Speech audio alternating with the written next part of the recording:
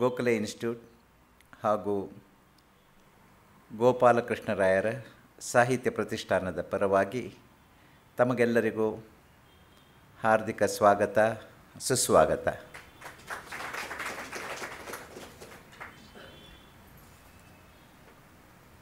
ಬಹಳಷ್ಟು ಮಂದಿಗೆ ಗೋಪಾಲಕೃಷ್ಣರಾಯರ ಕುರಿತು ಗೊತ್ತಿರಬಹುದು ಅಥವಾ ಗೊತ್ತಿಲ್ಲದೇನೂ ಇರಬಹುದು. ಹಳೆಯ ತಲೆಮಾರಿನ ಜನರಿಗೆ ಖಂಡಿತ ಗೋಪಾಲಕೃಷ್ಣರಾಯರು ಪರಿಚಯ ಇರ್ತಾರೆ. ಇತ್ತೀಚಿನವರಿಗೆ ಪರಿಚಯ ಇಲ್ಲದೇ ಇರಬಹುದು. 1930 ಹಾಗೂ 1965 ನಡುವೆ ವಿಪುಲವಾದ ಸಾಹಿತ್ಯ ಕೃಷಿಯನ್ನು ಮಾಡಿದಂಥವರು ಗೋಪಾಲಕೃಷ್ಣರಾಯರು. ದ ರಾ ಬೇಂದ್ರೆ, ಮಾಸ್ತಿ ವೆಂಕಟೇಶ ಅಯ್ಯಂಗಾರ್, ಪೂತಿ ನರಸಿಂಹಾಚಾರ್ ಅಂತಹವರ ಸಹಯೋಗದಲ್ಲೇ ಇದ್ದುಕೊಂಡು ಅವರೊಂದಿಗೆಯೇ ಕನ್ನಡ ಸಾಹಿತ್ಯವನ್ನು ಕೃಷಿ ಮಾಡಿದವರು ಕೆ ಗೋಪಾಲಕೃಷ್ಣರಾಯರು. ಕನ್ನಡ ಸಾಹಿತ್ಯ ಪರಿಷತ್ತಿನಲ್ಲಿ ಸುಮಾರು 6 ವರ್ಷಗಳ ಕಾಲ ಕಾರ್ಯದರ್ಶಿಯಾಗಿದ್ದಂಥವರು ಕೆ ಗೋಪಾಲಕೃಷ್ಣರಾಯರು. ಅವರ ಕೆನ್ಸಿಂಗ್ಟನ್ ಪಾರ್ಕ್ ಅನ್ನೋ ಒಂದು ಕೃತಿ ಇವತ್ತಿಗೂ ಬಹಳ ಮಹತ್ತರವಾದ ಕೃತಿ. ಅವರ ಸಾಹಿತ್ಯವನ್ನೆಲ್ಲ ಮತ್ತೆ ಮರುಸೃಷ್ಟಿಸುವ ಸಲುವಾಗಿ ಹುಟ್ಟಿಕೊಂಡ ಸಂಸ್ಥೆ ಗೋಪಾಲಕೃಷ್ಣರಾಯರ ಪ್ರತಿಷ್ಠಾನ. ಅದರ ಅಧ್ಯಕ್ಷ ನಾನು, ಡಾಕ್ಟರ್ ಕೆ ರಮೇಶ್ ಕಾಮತ್ ಅಂತ. ಹಾಗೂ ಅವರ ಪುತ್ರಿ ಜಾನಕಿ ಶ್ರೀನಿವಾಸ್ ಅವರು ಈ ಒಂದು ಪ್ರತಿಷ್ಠಾನದ ಕಾರ್ಯದರ್ಶಿಗಳು. ಈಗಾಗಲೇ ಅವರ ಎಲ್ಲ ಗೋಪಾಲಕೃಷ್ಣರಾಯರ ಕೃತಿಗಳನ್ನೆಲ್ಲ ನಾವು ಮರುಮುದ್ರಿಸಿದ್ದೇವೆ. ಮುಂದಿನ ಜನಾಂಗಕ್ಕೆ ಉಪಯೋಗವಾಗಲಿ ಅನ್ನೋ ಒಂದು ಕೇವಲ ಕಾರಣಕ್ಕಾಗಿ ಅದನ್ನೆಲ್ಲ ಮರುಸೃಷ್ಟಿ ಮಾಡಿದ್ದೇವೆ. ಆ ಕೃತಿಗಳು ಹೊರಗೆ ಲಭ್ಯವಾಗತ್ತೆ. ಆಸಕ್ತರು ಖಂಡಿತ ಅದನ್ನು ಖರೀದಿಸಬಹುದು. ಇಂದಿನ ಕಾರ್ಯಕ್ರಮ ಗೋಪಾಲಕೃಷ್ಣರಾಯರ ಸಣ್ಣ ಕಥೆಗಳ ಕುರಿತು ಉಪನ್ಯಾಸ ನೀಡಲಿದ್ದಾರೆ ಪ್ರೊಫೆಸರ್ ಕೆ ಜಿ ನಾಗರಾಜಪ್ಪನವರು. ದಯವಿಟ್ಟು ಕೆ ಜಿ ನಾಗರಾಜಪ್ಪನವರನ್ನು ವೇದಿಕೆಗೆ ಕರೆತರಬೇಕಾಗಿ ಗೋಪಾಲಕೃಷ್ಣರಾಯರ ಪುತ್ರಿ ಜಾನಕಿಯವ್ರನ್ನ ನಾನು ವಿನಂತಿಸಿಕೊಳ್ತೇನೆ.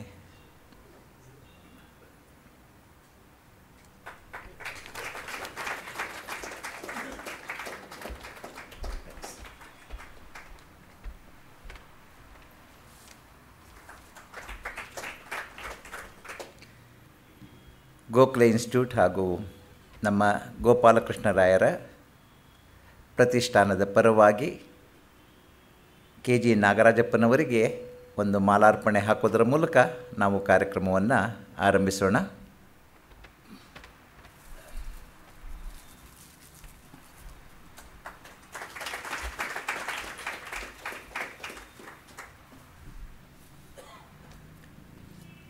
ಗೋಪಾಲಕೃಷ್ಣರಾಯರ ಪುತ್ರಿ ಶ್ರೀಮತಿ ಜಾನಕಿಯವರು ದಯವಿಟ್ಟು ಎಲ್ಲರಿಗೂ ಒಂದು ಸಲ ತಮ್ಮ ದರ್ಶನವನ್ನು ಮಾಡಿಬಿಡಿ ಮೇಡಮ್.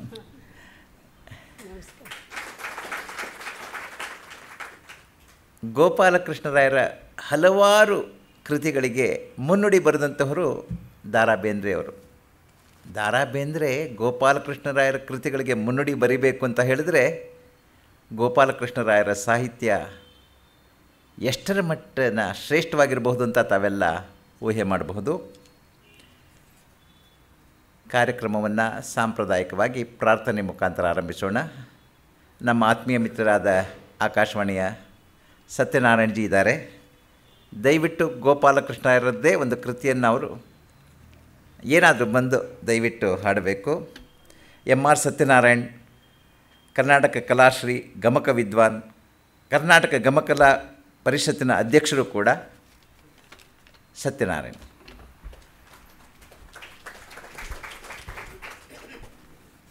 ಎಲ್ಲರಿಗೂ ನಮಸ್ಕಾರ. ನಾನು ಕಾರ್ಯಕ್ರಮಕ್ಕೋಸ್ಕರ ಬಂದೆ, ಆದರೆ ಸಹೋದರಿ ಜಾನಕಿಯವರು ಒಂದು ಹಾಡನ್ನು ಅಥವಾ ಪದ್ಯವನ್ನು ಗೋಪಾಲಕೃಷ್ಣರಾಯರಿಗೆ ನಿವೇದನೆ ಮಾಡಬೇಕು ಅಂದರು. ಅವರ ಪುಸ್ತಕದಲ್ಲಿ ನಂದು ಒಂದು ಲೇಖನ ಇದೆ. ನಾನು ಚಿಕ್ಕವನಿರ್ಬೋದು, ನಮ್ಮ ತಂದೆಯವರು ತುಂಬ ಒಡನಾಡಿಗಳಾಗಿದ್ದರು. ನನ್ನ ಅವರು ಯಾವಾಗಲೂ ಸತ್ಯ ಅಂತ ಕರೆಯೋರು. ಯಾರು ಹಾಡದೇ ಇದ್ದರೆ ಆ ಹಾಡನ್ನು ಇವನ ಕೈಲಿ ಹಾಡಿಸ್ತೀನಿ ಅಂತ ನನಗೆ ಹೇಗಿದ್ದರೂ ಸಂಗೀತ ಬರ್ತಿರಲಿಲ್ಲ, ಹಾಡ್ತಾಯಿದ್ದೆ. ಅದು ತುಂಬ ಆತ್ಮೀಯವಾದ ಒಂದು ಸಂಬಂಧ ನನಗೆ ಅವರಿಗೆ. ಶ್ರೀವಧುವಿನಂಬಕಚಕೋರಕಂ ಪೊರೆಯೇ ಭಕ್ತಾವಳಿಯ ಹೃತ್ಕುಮುದ ಕೋರಕಂಬಿರಿಯೇ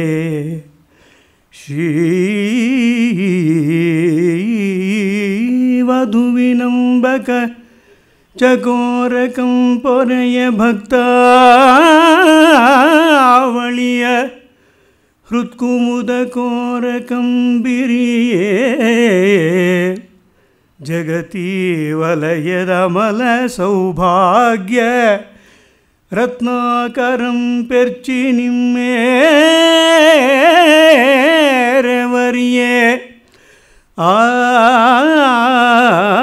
ಆವಗಂ ಆವಗಂ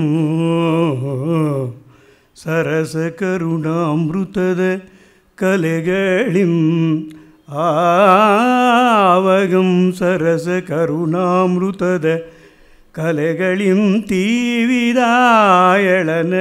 ಬೆಳ್ದಿಂಗಳು ಪಸರಿಸುವ ದೇವಪುರ ಲಕ್ಷ್ಮೀರಮಣನ ಆಸ್ಯ ಚಂದ್ರನ್ ಆನಂದಮಂ ನಮಗೀಯಲಿ ಪಾವನು ಅತುಲಾಭರಣಮಂ ಮಾಡಿಕೊಂಡೆಸೆವ ಪಾವನ ತರಸ್ವರೂಪಂ ಪಾವನತುಲಾಭರಣಮಂ ಮಾಡಿಕೊಂಡೆಸೆವ ಪಾವನ ತರಸ್ವರೂಪಂ ನಾರದಾದಿಮುನಿಪ ಅವನತ ಪಾದ ಪಂಕೇರುಹದ್ವಂದ್ವಂ ಇಂದು ಕಲಾವತಂಸಂ ಉಮಯ ಭಾವನೆಯನೊಡಗೂಡಿಸುವ ಇಂದು ಕಲಾವತಂಸಂ ಉಮಯ ಭಾವನೆಯನೊಡಗೂಡಿಸುವ ಸಕಲ ಸುರರ ಸಂಭಾವನೆಯ ಕೈಕೊಳ್ಳುವ ಲೋಕ ವಿಸ್ತರಣ ಪ್ರಭಾವನಯನತ್ರಯಂ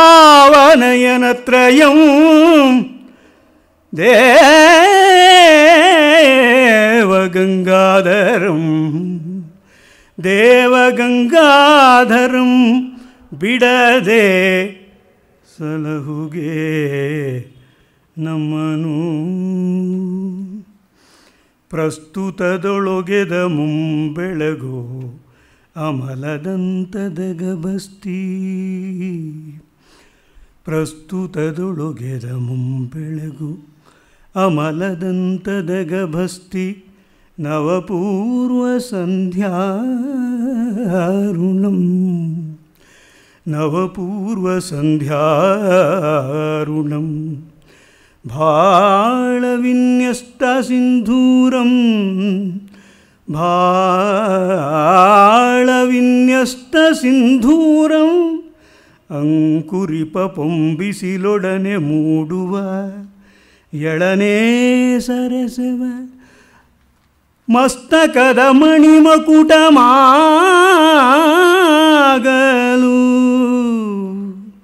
ಉದಯಾಚಲದ ವಿಸ್ತಾರದಂತೆ ಭದ್ರಾಕೃತಿಯೊಳುಪ್ಪುವ ಸಮಸ್ತ ಸಿದ್ಧಿಪ್ರದಾಯಕ ವಿನಾಯಕ ಮಾಳ್ಪುದೆಮಗೆ ನಿರ್ವಿಘ್ನತೆಯನು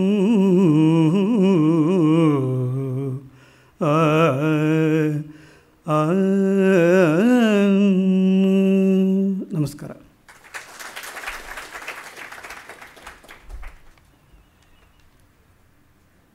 ತಮ್ಮ ಸುಶ್ರಾವ್ಯ ಕಂಠದಿಂದ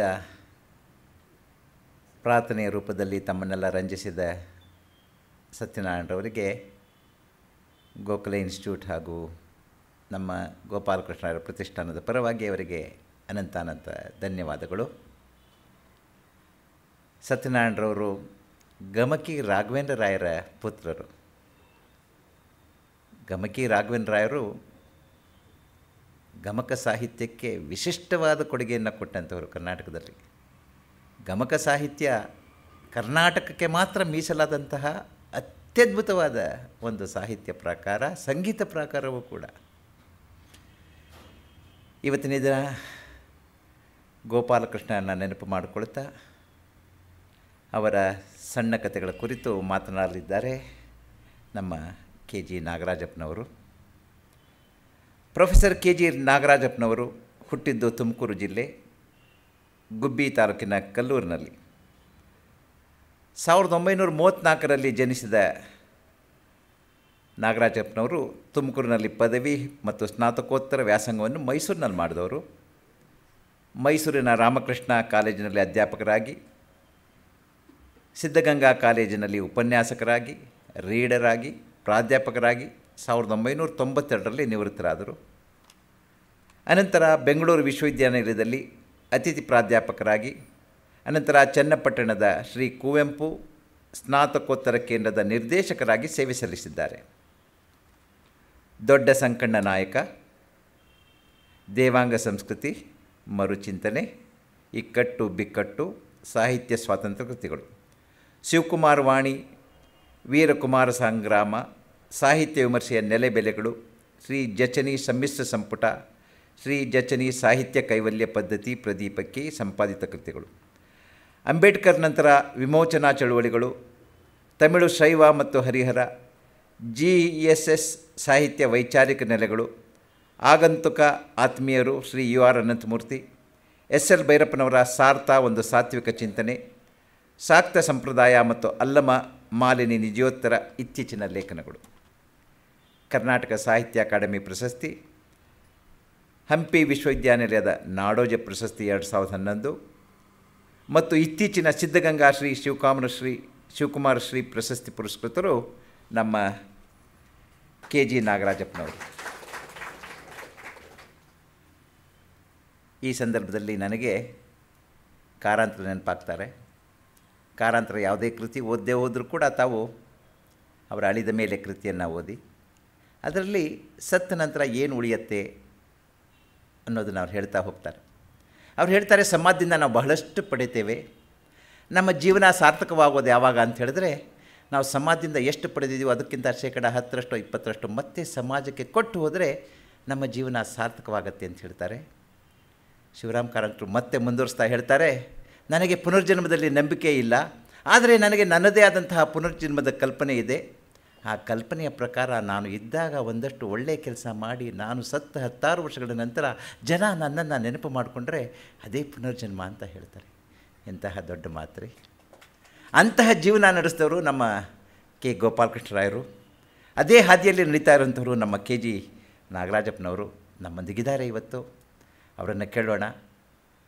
ಅಂತೆಯೇ ನಮ್ಮ ಗೋಪಾಲಕೃಷ್ಣರ ಇನ್ನೊಬ್ಬರು ಪುತ್ರಿ ಕೆ ಜಿ ಲಲಿತಾ ಅವರಿದ್ದಾರೆ. ದಯವಿಟ್ಟು ವೇದಿಕೆ ಮೇಲೆ ಬಂದು ನಮ್ಮ ನಾಗರಾಜಪ್ಪನವರಿಗೆ ಈ ಒಂದು ಶಾಲನ್ನು ನೀಡಬೇಕಾಗಿ ಕೇಳ್ಕೊಡ್ತೇನೆ. ಹಾಗೂ ನಮ್ಮ ಒಂದು ನೆನಪಿನ ಕಾಣಿಕೆಯನ್ನು ಈಗಲೇ ನೀಡಿಬಿಡೋಣ.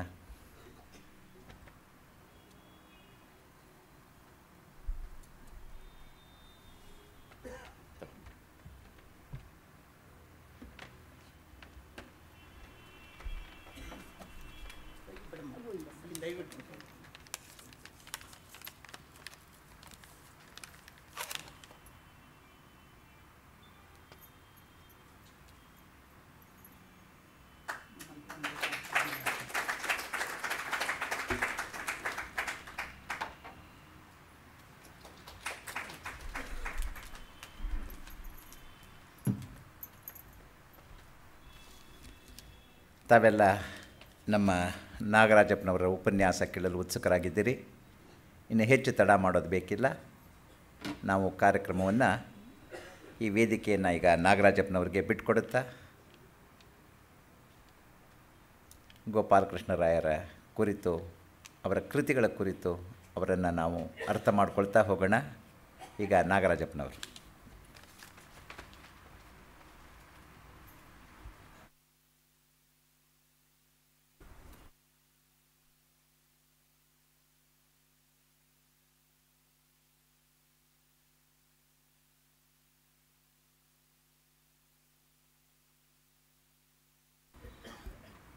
ಶ್ರೀ ಗೋಪಾಲಕೃಷ್ಣರಾವ್ ಟ್ರಸ್ಟಿನ ಅಧ್ಯಕ್ಷರೇ, ಇಬ್ಬರು ಪುತ್ರಿಯರೇ, ನನ್ನ ಬಂಧುಗಳೇ, ಕೆ ಗೋಪಾಲಕೃಷ್ಣ ರಾವ್ ಬದುಕು ಮತ್ತು ಬರಹ ಇವುಗಳನ್ನ ಕುರಿತು ಚಿಂತನೆ ಮಾಡುವ ಅಗತ್ಯ ಇದೆ. ಸಾಮಾನ್ಯವಾಗಿ ಕನ್ನಡ ಸಾಹಿತ್ಯವನ್ನು ಬಲ್ಲವರು, ಆಳವಾಗಿ ಅಧ್ಯಯನ ಮಾಡಿದವರು, ಅವರಿಗೆ ಗೊತ್ತಾಗ್ತದೆ ಇಡೀ ಕನ್ನಡ ಸಾಹಿತ್ಯದಲ್ಲಿ ಏನಾಗಿದೆ, ಹಿಂದೆ ಆಗಿರಬಹುದು, ಮುಂದೆ ಆಗಬಹುದು, ಈಗ ಆಗಿರಬಹುದು. ಏನಾಗಿದೆ ಅಂದರೆ, ಕನ್ನಡ ಸಾಹಿತ್ಯದ ಉತ್ತುಂಗ ಗಿರಿ ಶಿಖರಗಳನ್ನು ಗೌರವಿಸಿದರು, ಮನ್ನಣೆ ಮಾಡಿದರು. ಆದರೆ ಅದರ ಸುತ್ತಮುತ್ತ ಇರುವಂಥ ಸಣ್ಣ ಪುಟ್ಟ ಬೆಟ್ಟ ಗುಡ್ಡಗಳು ಮತ್ತು ಇತರೆಯ ಸ್ಥಳಗಳನ್ನು ಗುರುತಿಸಲಿಲ್ಲ. ಹೀಗಾಗಿ ಇವತ್ತು ನಮ್ಮ ಕನ್ನಡ ಸಾಹಿತ್ಯ ಏನಿದೆಯೋ ಅದು ಒಂದು ಸಮಗ್ರ ಸಂಪ್ರದಾಯವನ್ನು, ಕನ್ನಡ ಸಾಹಿತ್ಯವನ್ನು ಪರಿಚಯಿಸುತ್ತೆ ಅಂತ ನನಗೆ ನಂಬಿಕೆ ಇಲ್ಲ. ಸಾಮಾನ್ಯವಾಗಿ ಉನ್ನತ ಗಿರಿ ಶಿಖರಗಳಲ್ಲಿ ಅಲ್ಲಿ ಸಸ್ಯ ಮತ್ತು ಜೀವಿಗಳ ಅಸ್ತಿತ್ವ, ವೆರಿ ರೇರ್ ಸ್ಪೀಸೀಸ್ ಬದುಕೋದು. ಆದರೆ ಈ ಮೂಲತಃ ಈ ಸಸ್ಯ ಮತ್ತು ಜೀವ ವೈವಿಧ್ಯ ಏನಿದೆಯೋ ಅದು ಇರತಕ್ಕಂಥದ್ದೇ ಈ ಸಣ್ಣ ಪುಟ್ಟ ಬೆಟ್ಟಗಳು, ಗುಡ್ಡಗಳಲ್ಲಿ. ಈ ದೃಷ್ಟಾಂತವನ್ನು ನಾನು ಯಾತಕ್ಕೆ ಹೇಳ್ತಿದ್ದೀನಿ ಅಂದರೆ, ಈ ಕನ್ನಡ ಸಾಹಿತ್ಯದಲ್ಲಿ ಕಥಾ ಸಾಹಿತ್ಯದಲ್ಲಿ ಗೋಪಾಲಕೃಷ್ಣರಾಯ್ ಅನ್ನುವಂಥವ ಬರೆದವರು, ಮೊದಲನೆಯ ಗಿರಿಶಿಖರದಲ್ಲಿದ್ದವರು ಮಾಸ್ತಿಯವರು. ಆ ಮಾಸ್ತಿಯವರ ಪ್ರಭಾವದಿಂದ ಇಬ್ಬರು ಕಥಾ ಬರಹಗಾರರು ಅಧಿಕೃತವಾಗಿ ಕನ್ನಡ ಸಾಹಿತ್ಯದಲ್ಲಿ ಮನ್ನಣೆಯನ್ನು ಪಡೆದವರು. ಒಬ್ಬರು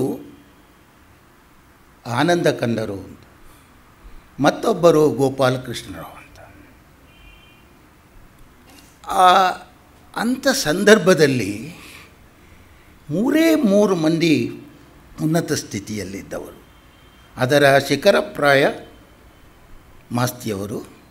ನಾನು ಹೇಳಿದಾಗ ಬೆಟ್ಟ ಗುಡ್ಡಗಳ ಒಂದು ಸಮಾನ ಅಂತರದಲ್ಲಿದ್ದವರು ಈ ಆನಂದ ಕಂದರು ಮತ್ತು ಗೋಪಾಲಕೃಷ್ಣರಾಯ.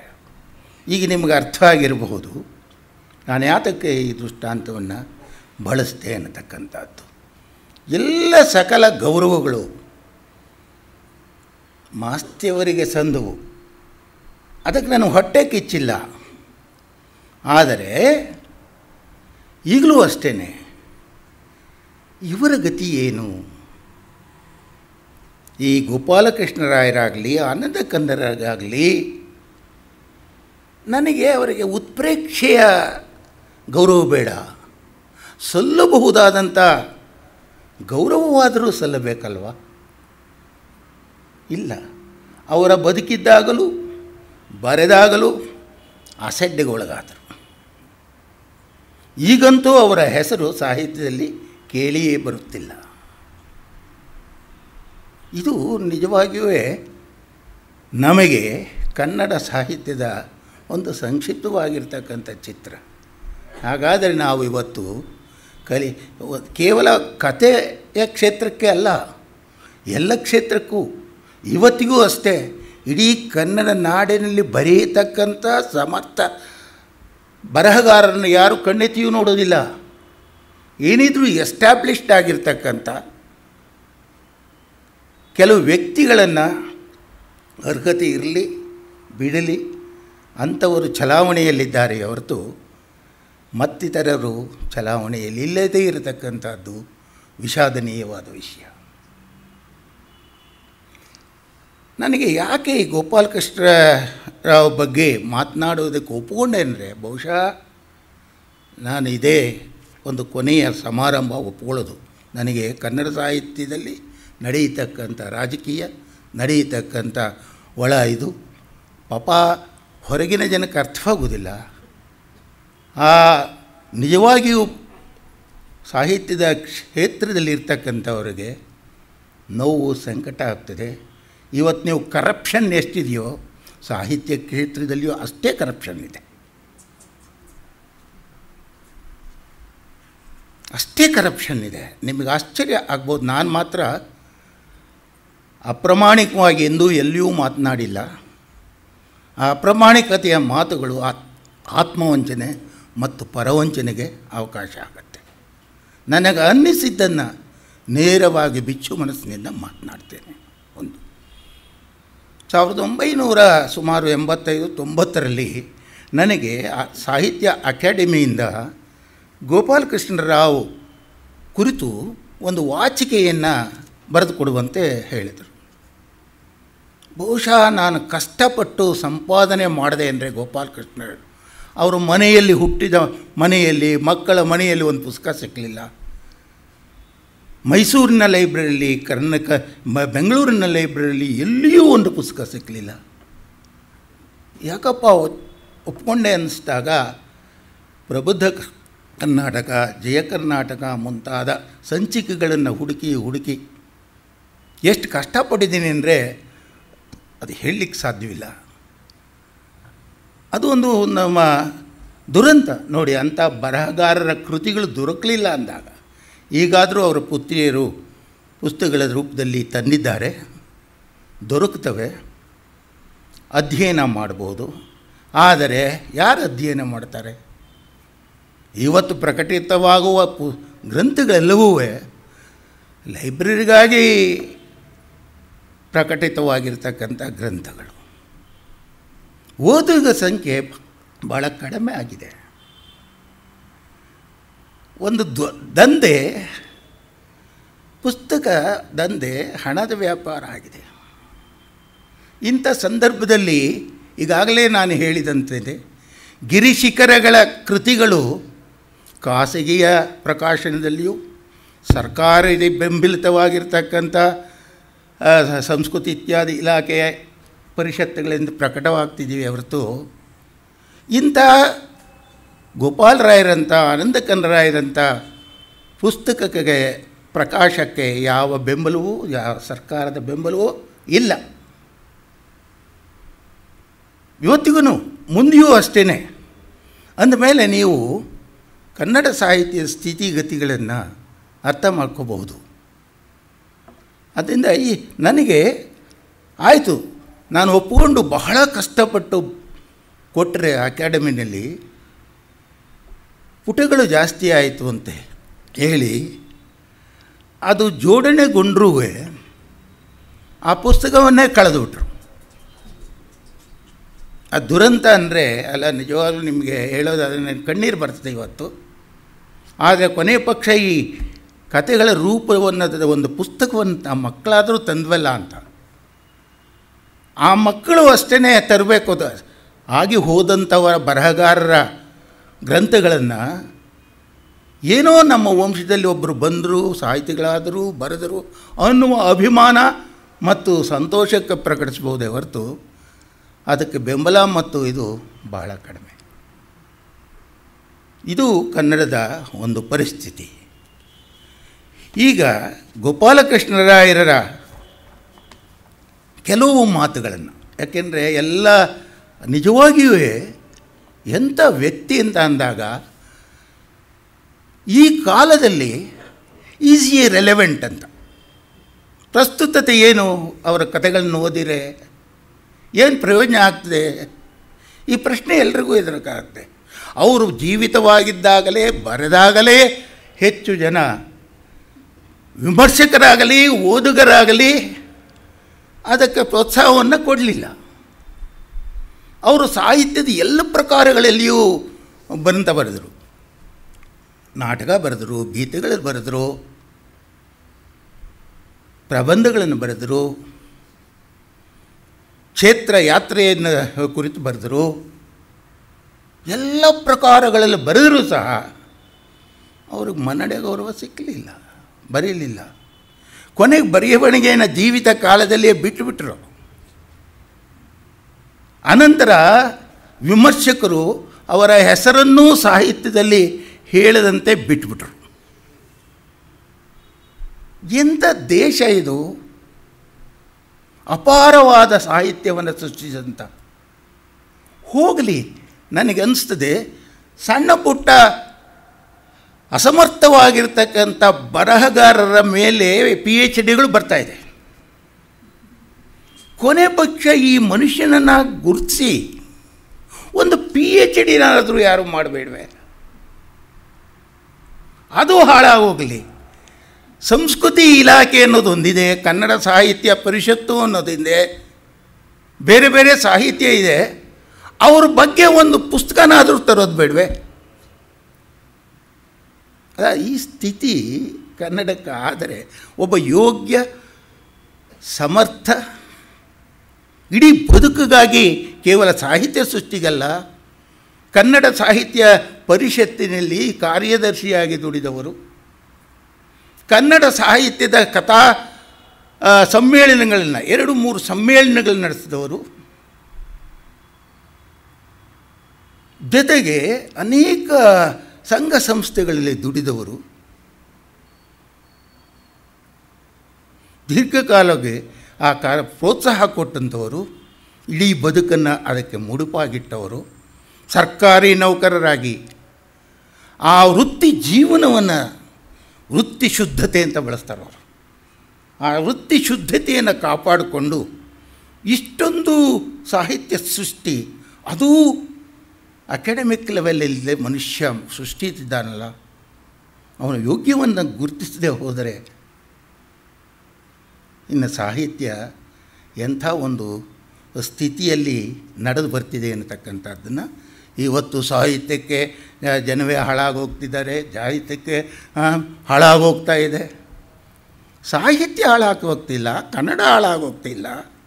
ಈ ಬರಹಗಾರರು, ಸಾಹಿತ್ಯದ ಹೆಸರಿನಲ್ಲಿ ಇಡ್ತಕ್ಕಂಥ ಈ ಮೋಸಗಾರರು, ಇಬ್ಬಂದಿಗಳಿಂದ ಸಾಹಿತ್ಯ ಅದು ಒಂದು ಹೀನಸ್ಥಿತಿ ಬರ್ತಾ ಇದೆಯೇ ಹೊರತು ಸಾಹಿತ್ಯಕ್ಕೆ ಹೀನಸ್ಥಿತಿ ಎಂದಿಗೂ ಇಲ್ಲ. ಇಲ್ಲಿ ಈ ಕೆಲವು ಮಾತುಗಳನ್ನು ನಾನು ಹೇಳ್ತೇನೆ. ನೋಡಿ, ಶ್ರೀ ಗೋಪಾಲಕೃಷ್ಣ ರಾಯರು ವೆಂಕಟೇಶ ಮತ್ತು ಗೋಕೃ ಕಾವ್ಯನಾಮಗಳಿಂದಲೂ ಬರೆದರು. ಅವರ ಬರವಣಿಗೆ ಆರಂಭವಾದದ್ದೇ ಇಂಗ್ಲೀಷಿನಲ್ಲಿ. TS ವೆಂಕಣ್ಣಯ್ಯನವರ ಪ್ರೇರಣೆಯಿಂದ ಕನ್ನಡದಲ್ಲಿ ಬರೆಯತೊಡಗಿದರು. ಕತೆ, ಕವನ, ನಾಟಕ, ಪ್ರಬಂಧ, ವಿಮರ್ಶೆ, ವ್ಯಕ್ತಿಚಿತ್ರ, ಸಾಹಿತ್ಯದ ಎಲ್ಲ ಪ್ರಕಾರಗಳಲ್ಲಿಯೂ ಬರೆದರು. ಆದರೆ ಅವರದ್ದು ಕತೆ, ಕವನ ಮತ್ತು ನಾಟಕ ರಚನೆಯಲ್ಲಿ ವಿಶೇಷ ಅಭಿರುಚಿ.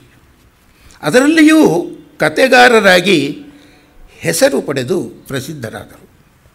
ಅವರ ಕತೆಗಳು ಹಿಂದಿ ಮತ್ತು ಇಂಗ್ಲೀಷಿಗೆ ಭಾಷಾಂತರಗೊಂಡಿವೆ. ಅವರಿಗೆ ಕವಿಯಾಗುವ ಹಂಬಲ ತೀವ್ರವಾಗಿತ್ತು. ಅವರು ತಮ್ಮ ಮಿತ್ರರಿಗೆ ಬರೆದ ಪತ್ರಗಳೂ ಕವಿತೆಗಳೇ ಆಗಿರುತ್ತಿದ್ದವು.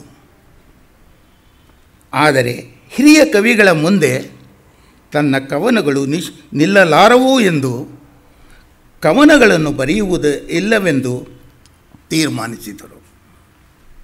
ಬೆಳಗಾವಿಯಲ್ಲಿ ನಡೆದ ಸಾಹಿತ್ಯ ಮೇಳದಲ್ಲಿ ಶ್ರೀನಿವಾಸ ಬೇಂದ್ರೆಯವರ ಕಾವ್ಯಧಾರೆ ಎನ್ನ ಕಂಗಳ ತೊಳೆದು ಎನಗೊಲಿದು ಬಂದ ಕಲೆ ಕವಿತೆ ಎಲ್ಲವೂ ಕತೆಯೂ ಎಂದು ತೋರಿತು.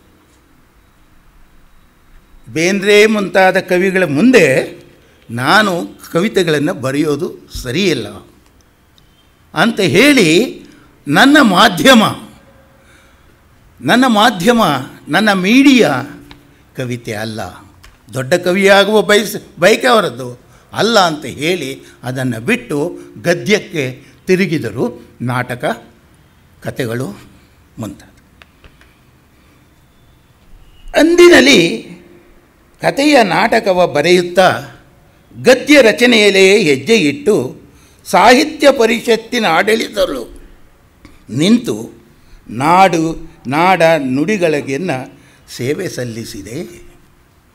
ಅವರೇ ಹೇಳ್ಕೊಳ್ತಕ್ಕಂಥದ್ದು, ಹೇಗೆ ನಾನು ಇದನ್ನು ಸಲ್ಲಿಸಿದ್ದೇನೆ ಎಂದು ಹೇಳಿದರೂ ಅವರಿಗೆ ಕವನ ಬರೆಯುವ ಮೇಲಿನ ಮೋಹ ಮಾತ್ರ ಹೋಗಲಿಲ್ಲ. ನಾನು ಬಿಟ್ಬಿಡ್ತೀನಿ ಅಂದರೂ ಇಲ್ಲ, ಅದು ಅವರನ್ನು ಸುಪ್ತವಾಗಿ ಕಾಡುತ್ತಿತ್ತು. ಕೆಲವು ಕಥೆಯಾಗಿ ಬರೆದ ವಸ್ತುಗಳನ್ನೇ ಮತ್ತೆ ನೀಲ್ಗವಿತೆಯಾಗಿ ಹುಚ್ಚುಮುನಿಯ ಸಿದ್ದರಾಮಯೋಗಿ ಬರೆದರು. ಅದರಿಂದ ಕವನ ಬರೆಯೋದು ಬಿಟ್ಟು ಕವನಗಳನ್ನು ಬರೆದರು. ಅದು ಯಾಕೆಂದರೆ it's in the force right to poetry. ಅದು ಭಾಳ basically wanted to be a poet. ಅದರಿಂದ ಕವನ ತನಗೆ ಒಲೆಯಲಿಲ್ಲ, ಇನ್ನು ಬರೆಯುವುದಿಲ್ಲ ಎಂದು ತೀರ್ಮಾನಿಸಿದ ಅವರೇ ಮುಂದೆ ತಮ್ಮ ಮಾತನ್ನು ಮುರಿದು ಮತ್ತೆ ಕವನಗಳನ್ನು ರಚಿಸಿದರು. ಅವು ಮೊದಲಿನ ಭಾವಗೀತೆಗಳಾಗಲಿಲ್ಲ, ಭಕ್ತಿಗೀತೆಗಳಾದವು. ಅವರ ಆತ್ಮ ನಿವೇದನೆಗಳಾದವು. ಅವು ಮಧ್ವ ತತ್ವ ಸಂಪ್ರದಾಯದ ಕೀರ್ತನೆಯ ಅನುಕರಣೆಗಳಾದವು. ಆರಂಭದ ಅವರ ಕಾವ್ಯ ಸೆಲೆ ಕ್ರಮೇಣ ಬತ್ತಿ ಅಂತರ್ಮುಖವಾಗಿತ್ತು. ಕವನಗಳು ಕಾವು ಕಳೆದುಕೊಂಡು ಭಾವ ತೀವ್ರತೆ ಇಲ್ಲದೆ ತಮ್ಮ ಬದುಕಿನ ಘಟನೆಗಳ ವರದಿಗಳಾದವು. ಅದಕ್ಕೆ ಕೆಲವು ಉದಾಹರಣೆಗಳಿದೆ. ಅದರಿಂದ ಏನು ವರದಿಗಳು ಅಂದರೆ, it lost the poetical force and intuition, ability to write in poetry. ಆವಾಗೇನಾಯಿತು, ಎಲ್ಲ ವಿಷಯಗಳನ್ನು ಕುರಿತು ಕವನಗಳನ್ನು ಬರೆಯಸುರಿದಾದಾಗ ಇಟ್ ಆಲ್ಮೋಸ್ಟ್ ರಿಪೋರ್ಟ್ಗಳಾದಷ್ಟೆ. ಅವರನ್ನು ಭಕ್ತ ಕವಿ ಎಂದರು. ನೋಡಿ, ಭಾವಗೀತೆಯ ಕವಿ ಹೋಗಿ ಭಕ್ತ ಕವಿಯಾದರು. ಅಂಥ ಕವನಗಳು ಭಕ್ತಿ ಗೀತೆಗಳಾದವು. ಗೋಪಾಲಕೃಷ್ಣರಾಯರು ಸುಮಾರು ತಮ್ಮ 40 ವರ್ಷಗಳ ಬರವಣಿಗೆಯ ಅವಧಿಯಲ್ಲಿ ನವೋದಯ, ಪ್ರಗತಿಶೀಲ ಮತ್ತು ನವ್ಯ ಸಾಹಿತ್ಯ ಚಳುವಳಿಗಳನ್ನು ಕಂಡರು. ನೋಡಿ, ಅದನ್ನು ಮೂಮೆಂಟ್ಸ್ ಅಂತೀವಿ, ಲಿಟ್ರರಿ ಮೂಮೆಂಟ್ಸ್. ಅದು ಕಂಡರು. ಇದ್ದರು ದೀರ್ಘಕಾಲದಲ್ಲಿ, ನವ್ಯ ಕಾಲದಲ್ಲಿ ಇದ್ದರು, ಪ್ರಗತಿಶೀಲ ಕಾಲದಲ್ಲಿದ್ದರು ಮತ್ತು ನವೋದಯ. ಕನ್ನಡ ಸಾಹಿತ್ಯದಲ್ಲಿ ಸಣ್ಣ ಕತೆ ಹುಲುಸಾಗಿ ಬೆಳೆದಿರುವುದು. ಸಾಹಿತ್ಯ ಪ್ರಕಾರ ಕತೆ ಹೇಳುವುದು ಭಾರತೀಯರಿಗೇನು ಹೊಸದಲ್ಲ. ಅದೊಂದು ಪ್ರಾಚೀನ ಕಾಲದಿಂದ ಒಂದು ಸಂಪ್ರದಾಯವೇ ಆಗಿದೆ. ಆದರೆ ಇಂಗ್ಲೀಷ್ ಸಾಹಿತ್ಯದ ಸಂಪರ್ಕದಿಂದ ಕನ್ನಡ ಕಥೆಯ ಪ್ರಕಾರ ಸಾಹಿತ್ಯ ಲಕ್ಷಣದ ಸಾಮರ್ಥ್ಯ ಹೊಂದಿ ಪುಷ್ಟಿಯಾಯಿತು. ಅದರ ಸ್ವರೂಪ ಮತ್ತು ಲಕ್ಷಣಗಳ ಕಾಲಕಾಲಕ್ಕೆ ಬದಲಾವಣೆಯನ್ನು ಕಂಡವು. ಅದು ಬದಲಾವಣೆ ಬದುಕಿನಲ್ಲಿ, ಸಾಹಿತ್ಯದಲ್ಲಿ, ಎಲ್ಲ ಕ್ಷೇತ್ರದಲ್ಲಿಯೂ ಸಾಮಾನ್ಯ. ಆದ್ದರಿಂದ ನಮಗೆ ಸ್ವಾತಂತ್ರ್ಯ ಪೂರ್ವದಲ್ಲಿ ಸುಧಾರಣೆ ಸಾಹಿತ್ಯದ ವಸ್ತುವನ್ನು ನಾನು ಹೇಳ್ತಾ ಇದ್ದೇನೆ. ಸ್ತ್ರೀ ಪುರುಷರ ಶಿಕ್ಷಣ, ವಿಧವಾ ವಿವಾಹ, ಇಂಗ್ಲೀಷು ವಿದ್ಯೆ ಮುಂತಾದವು ವಸ್ತುಗಳಾದವು. ನವೋದಯ ಕಾಲದ ಆದರ್ಶ ಮತ್ತು ಮಾನವೀಯತೆ, ಅದರಲ್ಲಿ ಬಡವರು ಮತ್ತು ಗ್ರಾಮೀಣರ ಬಗ್ಗೆ ಅನುಕಂಪ, ಅವು ನವೋದಯದ ವಸ್ತುವಾದವು. ಪ್ರಗತಿಶೀಲರ ಸಾಮಾಜಿಕ ಕಳವಳಿ, ಪ್ರಗತಿಶೀಲರು ಅಂದರೆ ಆನಕೃಷ್ಣರಾಯರಿಂದ ಪ್ರಾರಂಭವಾಯಿತು. ಅನಂತ ನಾರಾಯಣ. ಆವಾಗೇನಾಯಿತು, ಅಲ್ಲಿ ಸಾಮಾಜಿಕ ಕಳಕಳಿ, ಇಲ್ಲಿ ಒಂದು ರೀತಿಯಲ್ಲಿ ideal life, spiritual life, religious life ಪ್ರಧಾನವಾದರೆ social problems, revolutionary themes selected from the social life. ಅದು ಪ್ರಗತಿಶೀಲರ ಇದಾಯಿತು. ನವ್ಯರ ಅಂತರ್ಮುಖತೆ ಅನಂತರ ನವ್ಯ ಬಂತು. ಅವರು ಅಂತರ್ಮುಖಕ್ಕೆ ಇದಾಗಿ ಈ ನಮಗೆ ವಿಮರ್ಶೆಯ ಭಾಷೆಯನ್ನು ಗಟ್ಟಿಗೊಳಿಸಿದರು ಮತ್ತು ಅಂತರ್ಮುಖಿಗಳಾಗಿ ಶೋಷಣೆ ಅಂತರ್ಮುಖಿಗಳಾಗಿ ಸಂಪ್ರದಾಯದ ವಿರುದ್ಧ ಸಿಡಿದು ಬಿದ್ದರು. ಅನಂತರ ನಮಗೆ ಬಂದದ್ದು ಬಂಡಾಯ ಸಾಹಿತ್ಯ. ಈಗ ನಾವು ನೀವೆಲ್ಲರೂ ಆ ಬಂಡಾಯ ಸಾಹಿತ್ಯ ಬಗ್ಗೆ ಅರಿವಿದೆ, ಪ್ರಜ್ಞೆ ಇದೆ. ಅವರದ್ದು ಒಂದು ರೀತಿ ಕ್ರಾಂತಿಕಾರಕವಾದ ಶೋಷಣೆಯ ವಿರುದ್ಧವಾಗಿರ್ತಕ್ಕಂಥ ಕಥೆಗಳನ್ನು ಬರೀತಕ್ಕಂಥದ್ದು ನಾವು ಕಾಣ್ತೇವೆ. ಇದರಲ್ಲಿ ಈ ರೀತಿಯಾಗಿ ನಮಗೆ ಪರಸ್ಪರ ಪ್ರತಿಕ್ರಿಯೆಯಾಗಿ ಒಂದಕ್ಕೊಂದು ಪೂರಕವಾಗಿ ಈ ಸಾಹಿತ್ಯ ಚಳುವಳಿಗಳು ನಡೆಯುತ್ತಾ ಬಂದದ್ದನ್ನು ನಾವು ಕಾಣುತ್ತೇವೆ. ಈ ನಡುವೆ ಎರಡು ವಿಷಯಗಳನ್ನು ತಮಗೆ ತಿಳಿಸಬೇಕಾಗಿದೆ. ಒಂದು, ಅಲ್ಲಿ ಆ ಕಾಲದಲ್ಲಿ ನಡೆದದ್ದು ಶೀಲ ಮತ್ತು ಅಶ್ಲೀಲದ ಪ್ರಶ್ನೆ. ಶೀಲ ಅಶ್ಲೀಲದ ಪ್ರಶ್ನೆ ಚರ್ಚಿತವಾಯಿತು. ಸಾಹಿತ್ಯ ಯಾಕೆ ಪ್ರಗತಿಶೀಲ ಸಾಹಿತಿಗಳು ಬಂದರು, ಶೀಲ ಯಾವುದು ಅಶ್ಲೀಲ ಯಾವುದು, ಈ ಮಡಿವಂತಿಕೆಯ ನವೋದಯ ಇತ್ಯಾದಿಗಳು ಒಂದು ರೀತಿ ಶೀಲವಾದ ಮೌಲ್ಯಗಳನ್ನ ಇಟ್ಟುಕೋಬೇಕಾಯಿತು. ಈ ಪ್ರಗತಿಪರರು ಅನಾಕೃಷ್ಣರಾಯ ಮುಂತಾದ ಗುಂಪಿನವರು ಅಶ್ಲೀಲವನ್ನೇ ಮುಖ್ಯವಾಗಿ ವಿಷಯವಾಗಿ ಕೃತಿಗಳನ್ನು ರಚಿಸಿದರು. ಇದು ಒಂದು ಘರ್ಷಣೆ ಪ್ರಾರಂಭವಾಯಿತು. ಈ ಅಶ್ಲೀಲದ ಪರವಾಗಿ ಮಾತನಾಡ್ತಕ್ಕಂಥ ವ್ಯಕ್ತಿಗಳು ಶೀಲದ ತತ್ವಗಳನ್ನು ಕಾವ್ಯದ ವಸ್ತುವಾಗಿ ತತ್ವವಾಗಿ ಸ್ವೀಕರಿಸಿದವರನ್ನು ಗೊಡ್ಡುಗಳು ಅಂತ ಕರೆದರು.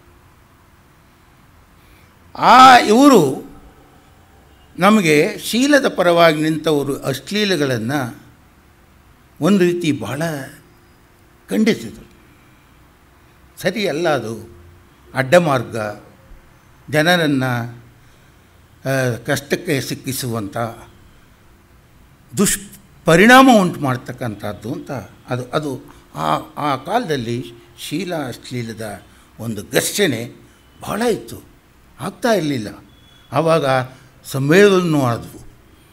ಗೋಪಾಲಕೃಷ್ಣರಾಯರು ನಿಮಗೆ ಕಥೆಗಳನ್ನು ಬಗ್ಗೆ ಬರ್ತೀನಿ ನಾನು. ಕಥೆಗಳನ್ನು ಬರೆಯೋದಕ್ಕಿಂತ ಅವರು ಶೀಲ ಅಶ್ಲೀಲದ ಮೇಲೆ ಲೇಖನ ಬರೆದಿದ್ದಾರೆ. ಇದುವರೆಗೂ ಯಾರೂ ಅದನ್ನು ಪ್ರಸ್ತಾಪಿಸ್ತಾ ಇಲ್ಲ.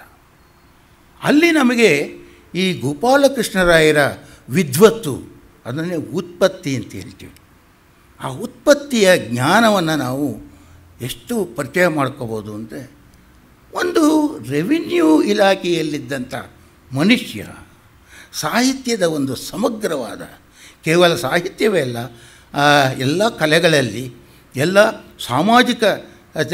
ಸಮಾಜಗಳಲ್ಲಿ ಇರ್ತಕ್ಕಂಥ ಶೀಲ ಅಶ್ಲೀಲದ ಪ್ರಶ್ನೆಯನ್ನು ಕುರಿತು ಎಷ್ಟು ವಿದ್ವತ್ತಿನ ಒಂದು ಲೇಖನ ಬರೆದಿದ್ದಾರೆ ಅಂತ ಅಂದರೆ, ಯಾವ ಮಾಸ್ತಿಯವರ ಬಗ್ಗೆ ಅತ್ಯಂತ ಗೌರವ ಇಟ್ಟುಕೊಂಡಿದ್ದಾರೋ ಆ ಮಾಸ್ತಿಯವರ ಬಗ್ಗೆ ಗೌರವ ಇಟ್ಟುಕೊಂಡಂಥ ಗೋಪಾಲಕೃಷ್ಣರಾಯರು ಒಂದು ಮಾತು ಹೇಳ್ತಾರೆ, ಈ ಮಾಸ್ತಿಯವರು ಶೀಲದ ಬಗ್ಗೆ ಸ್ಪಷ್ಟವಾದ ಮಾತುಗಳನ್ನು ಆಡ್ತಾ ಇಲ್ಲ, ಅಸ್ಪಷ್ಟವಾದ ಮಾತುಗಳನ್ನು ಆಡ್ತಾ ಇದ್ದಾರೆ. ಆದ್ದರಿಂದ ಅಂತ ಹೇಳಿ ಅವರನ್ನೂ ಛೇಡಿಸದೆ ಬೀಳಲಿಲ್ಲ. ಗೋಪಾಲಕೃಷ್ಣರಾಯರು ಎಷ್ಟೇ ನಿಷ್ಠೆ ಮತ್ತು ಪ್ರಾಮಾಣಿಕವಾಗಿದ್ದರೂ ಅವರನ್ನೂ ಛೇಡಿಸದೆ ಬಿಡಲಿಲ್ಲ. ಆವಾಗ ಇನ್ನೊಂದು ಪ್ರಶ್ನೆ ಬಂತು. ಈ ಶೀಲ ಅಶ್ಲೀಲದ ಪ್ರಶ್ನೆ ಇಡೀ ಸಾಹಿತ್ಯಗಳನ್ನು ಒಡೆದಾಗ ಗೋಪಾಲಕೃಷ್ಣರಾಯರು ತಾಳಿದ ನಿಲುವೇನು? ಇಲ್ಲ ಮಾಸ್ತಿಯವರ ಗುಂಪಿಗೆ ಬಂದರು, ಮಾಸ್ತಿ ಮುಂತಾದ ಇವರಿಗೆ ಬಂದರು, ಇಲ್ಲ ಅನಾಕೃಷ್ಣರಾಯರ ಗುಂಪಿಗೆ ಬಂದರು. ಎರಡು ಗುಂಪಿಗೂ ಹೋಗಲಿಲ್ಲ ಇವರು. ಒಂದು ಕಡೆ ಮಾಸ್ತಿ ಮುಂತಾದ ಶೀಲ, ಪುತ್ತಿನ ಸಮಾಚಾರ ಮುಂತಾದ ಸ್ನೇಹವೂ ಅವರಿಗಿತ್ತು. ಇವರು ನಮಗೆ ತಶುಶ್ಯಾಮರಾಯರು, ವೆಂಕಣ್ಣಯ್ಯನವರು, ಕೃಷ್ಣಶಾಸ್ತ್ರಿಗಳ ಒಂದು ಸ್ನೇಹವೂ ಇತ್ತವರಿಗೆ. ಇತ್ತ ಅನಾಕೃಷ್ಣರಾಯ, ದೇವುಡು ಮುಂತಾದವರ ಸ್ನೇಹವೂ ಇತ್ತು. ಅವರಿಗೆರಡು ಕಡೆಯೂ ಒಂದು ರೀತಿ ಒಂದು ಆಲೋಚನೆಗಿಂತ ಒಂದು ಸಮದೃಷ್ಟಿಯನ್ನು ಬೇಂದ್ರೆಯವರು ಇವರ ಕಥೆಗಳಿಗೆ ಇವರ ಪುಸ್ತಕಕ್ಕೆ ಮುನ್ನುಡಿ ಬರೀತಾ ಸಮದೃಷ್ಟಿ ಅಂತ ಹೇಳ್ತಾರೆ. ಇವರ ಸಮದೃಷ್ಟಿ ಅತ್ಯಂತ ಮುಖ್ಯವಾದದ್ದು ಅಂತ ಹೇಳ್ತಾರೆ. ಹಾಗಾದರು ಆವಾಗ ಮತ್ತೊಂದು ಸಮಸ್ಯೆ ಬಂತು. ಜನಪ್ರಿಯ ಸಾಹಿತ್ಯ, ಗಂಭೀರ ಸಾಹಿತ್ಯ ಅಂತ. ಒಂದು ಶೀಲಾಶ್ಲೀಲ ಪ್ರಶ್ನೆ ಬಂತು. ಎರಡನೇದು ಜನಪ್ರಿಯ ಸಾಹಿತ್ಯ, ಗಂಭೀರ ಸಾಹಿತ್ಯ. ಯಾರು ಜನಪ್ರಿಯ ಸಾಹಿತ್ಯ ಅಂತ ಅಂದರೆ, ಯಾರು ವಿಶ್ವವಿದ್ಯಾನಿಲಯದಲ್ಲಿ ಮೆಟ್ಟಲು ತುಳಿದಿಲ್ವೋ ಮತ್ತು ಸಾಹಿತ್ಯವನ್ನು ಶಾಸ್ತ್ರೋಕ್ತವಾಗಿ ಸಿದ್ಧಾಂತದ ಮೂಲಕ ಅಧ್ಯಯನ ಮಾಡ್ತಾರೋ ಅಂಥವರು ಗಂಭೀರವಾದ ಚಿಂತಕರು. ಯಾರು ಕಾಲೇಜಿನ ಮೆಟ್ಟಲಿಟ್ಟಿಲ್ವೋ, ಅಕಾಡೆಮಿನ ಶಿಸ್ತಿಗೆ ಒಳಗಾಗಿಲ್ವೋ ಅಂಥವರು ಜನಪ್ರಿಯ ಸಾಹಿತಿಗಳು. ತಾರಾಸು ಮುಂದೆ ಬರೆದಂಥ ಅನಾಕೃಷ್ಣ ಇವರನ್ನೆಲ್ಲರೂ ಜನಪ್ರಿಯ ಸಾಹಿತಿಗಳು ಅಂತಲೇ ಕರೆದರು. ಹಾಗಾದರೆ ನಮ್ಮ ಗೋಪಾಲಕೃಷ್ಣರಾಯರು ಯಾವ ಗುಂಪಿಗೆ ಸೇರಿದವರು? ಜನಪ್ರಿಯ ಸಾಹಿತಿಗಳು ಇಲ್ಲ ಗಂಭೀರವಾಗಿರ್ತಕ್ಕಂಥ ಸಾಹಿತಿಗಳು? ಅವರು ಗಂಭೀರ ಸಾಹಿತಿಗಳೇ ಅಂತ ಪ್ರಶ್ನೆ ಹಾಕಿದರೆ ಕಾಲೇಜ್ ಅಧ್ಯಾಪಕರಲ್ಲ. ಇಲ್ಲ ಜನಪ್ರಿಯ ಸಾಹಿತಿಗಳು ಅಂದಾಗ ಅವರ ಸಾಹಿತ್ಯ ರಚನೆಯನ್ನು ನೋಡಿದಾಗ ಯಾವ ಅಕಾಡೆಮಿಕ್ ಸಾಹಿತ್ಯ ಬರಹಗಾರನಿಗೂ ಕೀಳಲ್ಲ. ಅದಕ್ಕಿಂತಲೂ ಅಧಿಕೃತವಾದ ಸಾಹಿತ್ಯ ಲಕ್ಷಣಗಳುಳ್ಳ ಕೃತಿಗಳನ್ನು ರಚಿಸಿದರು. ಇನ್ನೊಂದೇನು ಅಂತಂದರೆ, ಈ ರೆವಿನ್ಯೂ ಇಲಾಖೆಯಲ್ಲಿ ಇದ್ದಂಥ ವ್ಯಕ್ತಿಗಳಿಗೆ, ಆ ಒಂದು ನಮ್ಮ ಕನ್ನಡ ಸಾಹಿತ್ಯದಲ್ಲಿ ರೆವಿನ್ಯೂ ಇಲಾಖೆಯಲ್ಲಿದ್ದು ಬರಹಗಾರರಾಗಿ ರೂಪಿತವಾಗಿರ್ತಕ್ಕ ಒಂದು ಪೀಳಿಗೆ ಇದೆ.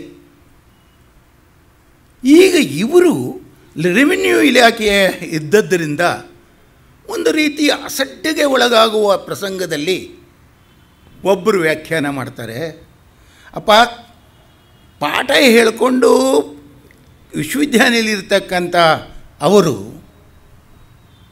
ಸೀಮಿತವಾಗಿರ್ತಕ್ಕ ಅನುಭವ ಇದ್ದಿರ್ತಕ್ಕಂಥವರು, ಅವರು ಎಲ್ಲಿ ಇಡೀ ಜೀವನದ ವಿವಿಧ ಮುಖಗಳು ಅವ್ರಿಗೆ ಪರಿಚಯ ಆಗುತ್ತೆ. ಒಬ್ಬ ರೆವಿನ್ಯೂ ಇನ್ಸ್ಪೆಕ್ಟರ್ ಆದರೆ, ಒಬ್ಬ ರೆವಿನ್ಯೂ ಇಲಾಖೆ ಇದ್ದಂಥವನಿಗೆ ಇಡೀ ಲೋಕದ ಪರಿಚಯ ಇರುತ್ತೆ, ಸಮಾಜದ ಪರಿಚಯ ಇರುತ್ತೆ, ಎಲ್ಲ ಜನರ ಅನುಭವ ಇರುತ್ತೆ. ಅವರು ಹೆಚ್ಚು ಅಧಿಕೃತವಾಗಿ ಈ ಕಡೆ ಅಕಾಡೆಮೀಸ್ ಬರಹಗಾರರಿಗಿಂತ ಬರಹವನ್ನು ರೂಪಿಸಬಲ್ಲರು, ಬರೆಯಬಲ್ಲರು ಅನ್ನತಕ್ಕಂಥದ್ದು.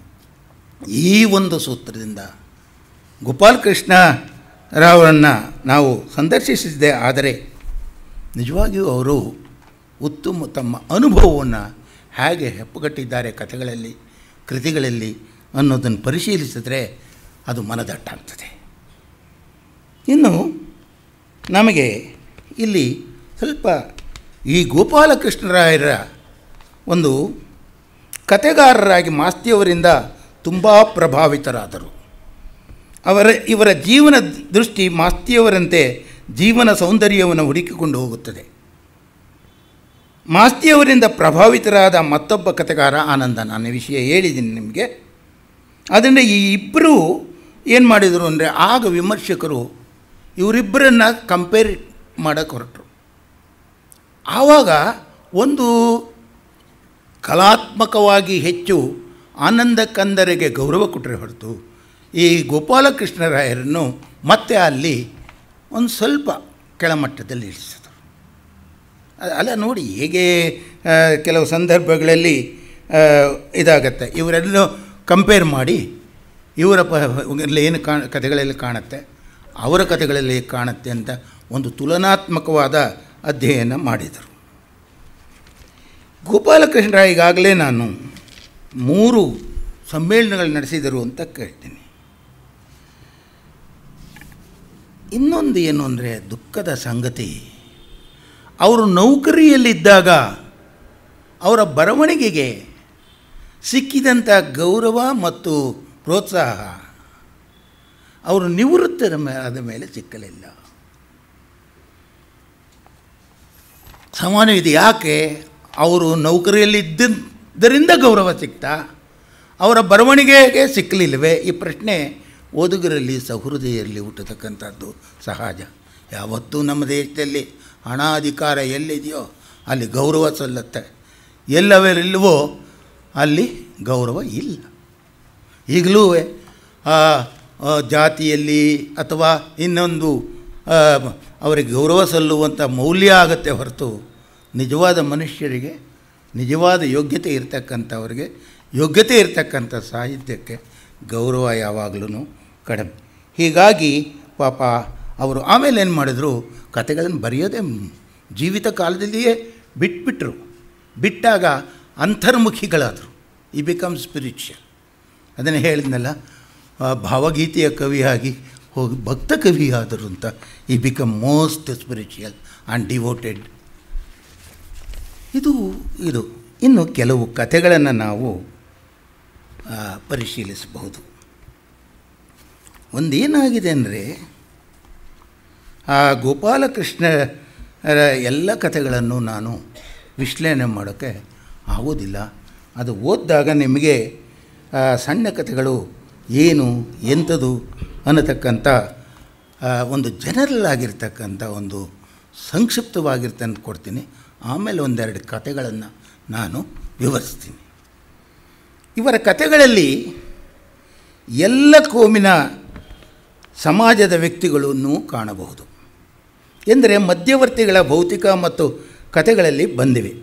ಅವರ ಬರವಣಿಗೆಯೇ ಆತ್ಮಕಥನ ಸ್ವರೂಪದ್ದು, ಬಯೋಡಾಟಿಕಲ್ಲ. ಇದನ್ನು ಅನೇಕ ಕವನ ಮತ್ತು ಕವಿ ಕಥೆಗಳಲ್ಲಿಯೂ ಅವರದ್ದೇ ನೇರ ಪಾತ್ರ. ಅವರು ಕಂಡದ್ದು, ಕೇಳಿದ್ದು, ಓದಿದ್ದು ಮತ್ತು ಕಲ್ಪಿಸಿಕೊಂಡದ್ದು ಕಥೆಯ ವಸ್ತುಗಳಾಗಿವೆ. ಅಂದಿನ ಚಾರಿತ್ರಿಕ ಅಂಶಗಳು ಅವರ ಕಥೆಗಳಲ್ಲಿ ದಾಖಲಾಗಿವೆ. ಅಂದಿನ ಕಥೆಗಳು ಮುಖ್ಯ ಗುರಿ ಮನರಂಜನೆ, ನೀತಿ ಮತ್ತು ಧರ್ಮಬೋಧೆ. ಅವುಗಳಲ್ಲಿ ಮಹಾಯುದ್ಧ, ಹಿಂದೂ ಮುಸ್ಲಿಂ ಬಾಂಧವ್ಯ, ಶಿಕ್ಷಣ ಪದ್ಧತಿ,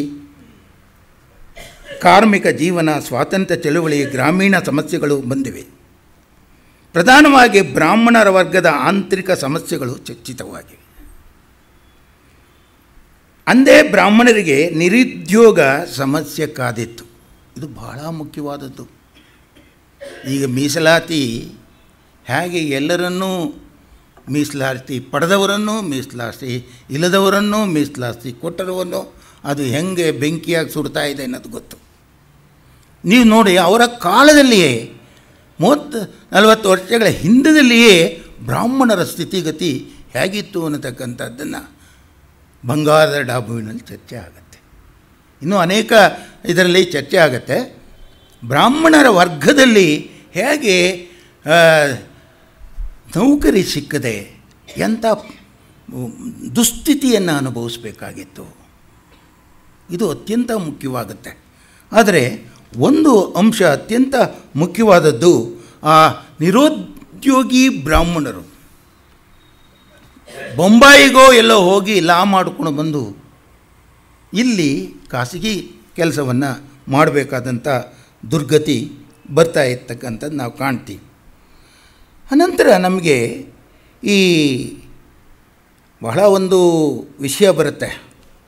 ಬ್ರಾಹ್ಮಣರ ಅವತ್ತಿ ಅಂದಿನಿಂದ ಪ್ರಾರಂಭವಾಯಿತು. ಯಾವಾಗ ನೌಕರಿ ಸಿಕ್ಕಲಿಲ್ವೋ, ಜೀವನದಲ್ಲಿ ಒಂದು ರೀತಿ ಅನಾಥ ಸ್ಥಿತಿ ಉಂಟಾಯಿತು. ಆದರೆ ಒಂದು ಅಂಶವನ್ನು ಮೆಚ್ಚಬೇಕಾಗುತ್ತೆ. ಒಂದು ಅಂಶವನ್ನು ವಿಜ್ಞಾನ ಅನ್ನುವ ವಿಜ್ಞಾನಿ ಕಥೆಯಲ್ಲಿ ಈ ವಿಷಯವನ್ನು ವಿಜ್ಞಾನಿ ವಿಶ್ವೇಶ್ವರ ಅನ್ನೋದರಲ್ಲಿ ಈ ಬ್ರಾಹ್ಮಣರ ಸ್ಥಿತಿಗತಿಯನ್ನು ಚರ್ಚಿಸ್ತಾರೆ.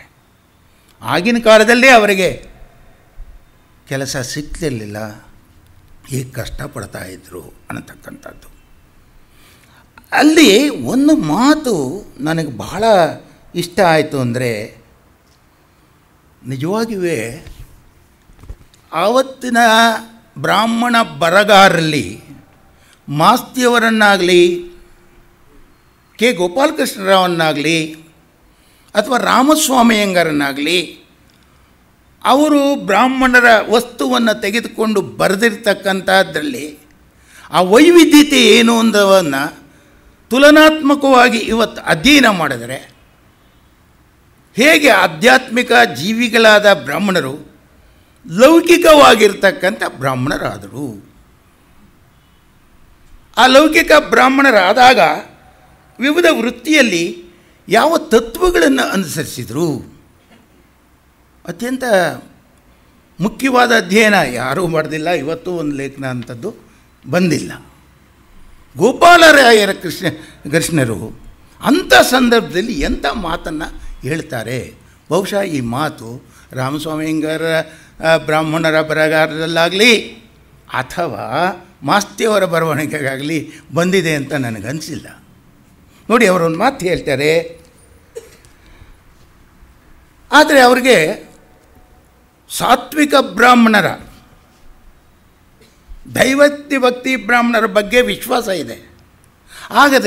ಆಗಲೇ ಬ್ರಾಹ್ಮಣರು ಮೋಸ ಮಾಡುವುದನ್ನು ಕಲಿತರು. ಅದನ್ನು ಕಥೆಗಳಲ್ಲಿ ಬರುತ್ತೆ. ಆ ಮೋಸ ಮಾಡತಕ್ಕಂಥ ಬ್ರಾಹ್ಮಣರ ವಿರುದ್ಧವಾಗಿ ಇವರ ಮನಸ್ಸು. ಆದರೆ ನಿಷ್ಠಾವಂತ, ಸಾತ್ವಿಕವಾದಂಥ, ದೈವಭಕ್ತಿ ಇರತಕ್ಕಂಥ ಬ್ರಾಹ್ಮಣರ ಬಗ್ಗೆ ಬರೀತಾರೆ. ಇವತ್ತು ಆ ಮಾತನ್ನು ನಾವು ವಿಶ್ಲೇಷಿಸಬೇಕಾಗಿದೆ. ಏನು ಹೇಳ್ತಾರೆ ಅಂದರೆ, ಬ್ರಾಹ್ಮಣರಿಗೆ ಉದ್ಯೋಗ ನಿರಾಕರಣೆಯೇ ಅವರ ಅಭಿವೃದ್ಧಿಗೆ ದಾರಿಯಾಯಿತು. ವಂಡರ್ಫುಲ್. ಬ್ರಾಹ್ಮಣರು ವ್ಯಾಪಾರದಲ್ಲಿ ಈಗ ವೈಶ್ಯರನ್ನು ಮೀರಿಸಿ ಬಿಟ್ಟಿದ್ದಾರೆ. ಸರ್ಕಾರದವರು ಬ್ರಾಹ್ಮಣರಿಗೆ ಕೆಲಸ ಕೊಡದೆ ಇರುವುದರಿಂದ ಬ್ರಾಹ್ಮಣ ಕುಲಕ್ಕೆ ಉಪಕಾರ ಮಾಡಿದರು. ಅವರು ಇತರ ಉದ್ಯಮಿಗಳಲ್ಲಿ ಬುದ್ಧಿವಂತಿಕೆ ತೋರಿಸಲು ಅವಕಾಶ ಮಾಡಿಕೊಟ್ಟರು. ಬ್ರಾಹ್ಮಣರು ಈ ರೀತಿ ಅಭಿವೃದ್ಧಿ ಹೊಂದಿದರೆ ನಾಳೆ ದೇಶದ ಉನ್ನತಿಯು ಹೆಚ್ಚುತ್ತದೆ. ಗ್ರಾಮೀಣರು ಮತ್ತು ಅನ್ಯ ವರ್ಗದ ಬಗ್ಗೆ ಕರುಣೆ, ಪ್ರೀತಿ ವ್ಯಕ್ತವಾಗಿರುವುದು ಒಂದು ವಿಶೇಷ. ಬಹುಶಃ ಆವತ್ತಿನ ಕಾಲದಲ್ಲಿ ಕೆ ಗೋಪಾಲಕೃಷ್ಣರು ಒಬ್ಬರೇ ಇಂತಹ ಅಭಿಪ್ರಾಯವನ್ನು ವ್ಯಕ್ತಪಡಿಸ್ತಕ್ಕಂಥವರು. ಇವತ್ತು ನಾವು ಸಮಸ್ಯೆಯನ್ನು ನೋಡ್ತೇವೆ. The poor Brahmin should get reservation. ಯಾವ ದಲಿತರು ಮೀಸಲಾತಿ ಬೇಡ ಅಂತ ಬರಹಗಾರರು ಹೇಳಿದ್ರು, ಇವತ್ತು ಹೊಸ ಮೀಸಲಾತಿ ಅವರಿಗೆ ಅಗತ್ಯವಾಗಿರ್ತಕ್ಕಂಥದ್ದು ಬಗ್ಗೆ. ಇವತ್ತು ಮೀಸಲಾತಿ ಹೇಗೆ ಜನರನ್ನು ಅವನತಿಗೆ, ದೇಶದ ಅವನತಿಗೆ ಕಾರಣ ಆಗಿದೆ, ಮೂಲ ಆಗ್ತಿದೆ ಅಂತಕ್ಕಂಥ ಅಂಶ ನಿಮಗೆ ಮನದಟ್ಟಾಗ್ತಾ ಇದೆ. ಅಂದಾಗ ಆ ಕಾಲದಲ್ಲಿ ಗೋಪಾಲಕೃಷ್ಣರಾಯರು ಬಂಗಾರದ ಡಾಬು ಕಥೆಯಲ್ಲಿ ವ್ಯಕ್ತವಾಗುತ್ತೆ ಈ ಮಾತು. ಎಂಥ ಒಂದು ಇದು, ಬ್ರಾಹ್ಮಣರಿಗೆ ಕೆಲಸ ಸಿಕ್ಕದೇ ಹೋದಾಗ, ಬ್ರಾಹ್ಮಣರಿಗೆ ಒಂದು ರೀತಿಯಲ್ಲಿ ನಿರುದ್ಯೋಗವೇ ಅನ್ಯ ಉದ್ಯೋಗದಲ್ಲಿ ತೊಡಗಿಸುವುದರ ಮೂಲಕ ಸಾಮಾಜಿಕ ಮತ್ತು ಆರ್ಥಿಕ ಮತ್ತು ಧಾರ್ಮಿಕವಾದದಲ್ಲಿ ಅಭಿವೃದ್ಧಿಯನ್ನು ಸಾಧಿಸಬಲ್ಲರು, ಸಮರ್ಥರಾಗಬಲ್ಲರು, ಗರಿಗೊಟ್ಟುಕೊಳ್ಳಬಲ್ಲರು ಅನ್ನತಕ್ಕಂಥ ದಿಟ್ಟದ ಮಾತುಗಳನ್ನು ಕಥೆಗಳ ಮೇಲೆ ತಂದಿರಲ್ಲ. ನಿಜವಾಗೂ ಅವರ ಧೈರ್ಯವನ್ನು, ಸಾಮರ್ಥ್ಯವನ್ನು ನೋಡ್ಬೋದು. ಇದು ಅತ್ಯಂತ ಮುಖ್ಯವಾಗಿರ್ತಕ್ಕಂಥ ಅಂಶ. ನನಗೆ ಮೈಸೂರಿಗೆ ಈಗ 30 ವರ್ಷದಿಂದ ಹೋಗ್ತಾ ಇದ್ದಾಗ ಬಸ್ನಲ್ಲಿ ನನ್ನ ಪಕ್ಕದಲ್ಲಿ ಸೀಟ್ ಇದ್ದಾಗ ಒಂದು ಹೆಣ್ಣುಮಗಳು, ಸರ್ ಕೂತ್ಕೊಳ್ಳೋಣ. ಕೂತ್ಕೊಮ್ಮ, ಯಾರು ನನ್ನ ಸೀಟಾ, ನೀ ಕೂತ್ಕೋ. ಎಲ್ಲಿಗೆ ಹೋಗ್ತಾ ಇದ್ದೀಯಾ? ಮೈಸೂರಿಗೆ ಹೋಗ್ತಾ ಇದ್ದೀನಿ. ಯಾಕೆ ಹೋಗ್ತಾ ಇದ್ದೀಯ? ಮಾನೇಜ್ ಕಾಲೇಜಿಗೆ ಹೋಗ್ತೀನಿ. ಯಾಕಮ್ಮ? ಇಲ್ಲೇನೆ ಮಂಡ್ಯದಲ್ಲಿ ಎಲ್ಲ ಕಾಲೇಜುಗಳಿಲ್ವಾ? ಇಲ್ಲ ಸರ್, ಅಲ್ಲಿ BS ಕಂಪ್ಯೂಟರ್ ಸೈನ್ಸ್ ಸ್ಟಾರ್ಟ್ ಆಯಿತು, ಅದನ್ನು ಕಲಿಯೋಕೆ ಇಲ್ಲಿಲ್ಲ, ಅಲ್ಲಿ ಹೋಗ್ತಾ ಇದ್ದೀನಿ. ಯಾಕಮ್ಮ? ಇಂಜಿನಿಯರಿಂಗ್ ಕಾಲೇಜ್ ಇದೆಯಾ? ಇಲ್ಲ ಸರ್, ಶಂಕರೇಗೌಡರು ನಮ್ಮ ಅಪ್ಪನಿಗೆ ವಿಶ್ವಾಸ ಕೊಟ್ಟರು, BE ಕಾಲೇಜಿನಲ್ಲಿ ಸೀಟ್ ಕೊಡಿಸ್ತೀನಿ ಮಗಳಿಗೆ ಅಂತ. ಆದರೆ ಕೊಡಲಿಲ್ಲ. ಆದ್ದರಿಂದ ನಾನು ನನ್ನ ಆಟದಿಂದ ಕಂಪ್ಯೂಟರ್ ಸೈನ್ಸ್ ಪಾಸ್ ಮಾಡಿಕೊಂಡು MSc ಇನ್ ಕಂಪ್ಯೂಟರ್ ಸೈನ್ಸ್ ನಾನು ಮಾಡ್ತೀನಿ ಅನ್ನೋ ಹಠದಿಂದ ನಾನು ಹೋಗ್ತಾ ಇದ್ದೀನಿ. ಸರ್, ನಮಗೆ ಬೇಕಾದ್ರೆ ಸೀಟ್ ಏನೂ ಕೊಡೋದು ಬೇಡ, 100ಕ್ಕೆ 100 ಅಂಕಗಳಲ್ಲಿ ಪಾಸಾಗಿ ಸೀಟು ದೊರೆಯುತ್ತೆ ಅಂದರೆ ನಾವು ತಗೊಳ್ಳೋಕೆ ಸಿದ್ಧವಾಗಿದೆ. ಹೆಣ್ಣು ಮಗಳರ ಮಾತು ಇವತ್ತಿಗೂ ನನಗೆ ಕಿವಿಗೆ ಕೇಳಿಸ್ದಂಗಿದೆ. ಯಾಕೆಂದರೆ 100ಕ್ಕೆ 35 ತೊಗೊಂಡು 65 ಯೂಸ್ಲೆಸ್. ಆ 65 ತೊಗೊಂಡವನಿಗೆ ಕೆಲಸ ಸಿಕ್ಕೋಲ್ಲ, 35 ತಗೊಂಡವ್ರು ಆಫೀಸರ್ ಆಗ್ತಾನೆ. ಈ ದೇಶ ಎಂಥ ಅಭಿವೃದ್ಧಿ ಹೊಂದಬಹುದು? ಅಲ್ಲ, ನಾವು ಸಾಮೂಹಿಕವಾಗಿ ಚಿಂತನೆ ಮಾಡಬೇಕಾಗಿದೆ.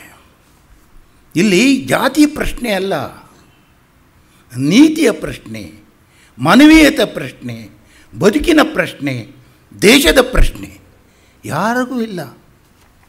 ಅಂಥ ಸಂದರ್ಭದಲ್ಲಿ ಎಂಥ ಮಾತನ್ನು ಇವರು ಆಡ್ತಾರೆ ಅನ್ನತಕ್ಕಂಥದ್ದನ್ನು ನೋಡಿ. ಇನ್ನು ಇದು ಹೇಳಿದ್ದೀನಿ.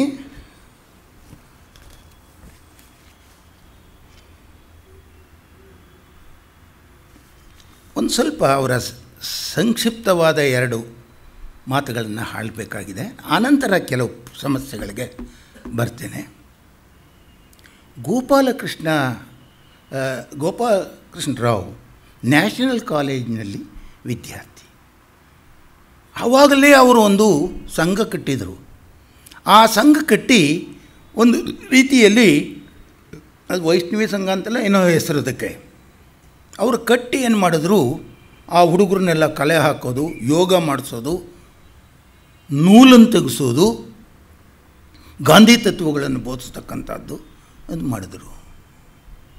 ಅನಂತರ ಅವರು ನಾಗೇಶ್ವರರಾವ್ ಅಂತ ಇದ್ದರು, ಒಳ್ಳೆ ಇದ್ದು, ಅವರ ಅಧ್ಯಕ್ಷತೆಯಲ್ಲಿ ಆ ಸಂಘವನ್ನು ಆಗಲೇ ಅವರು ತಮ್ಮನ್ನು ಸಾಮಾಜಿಕವಾಗಿರ್ತಕ್ಕಂಥ ಸೇವೆಗಳಲ್ಲಿ ತೊಡಗಿಸ್ಕೊಂಡಂಥ ಮನುಷ್ಯರು.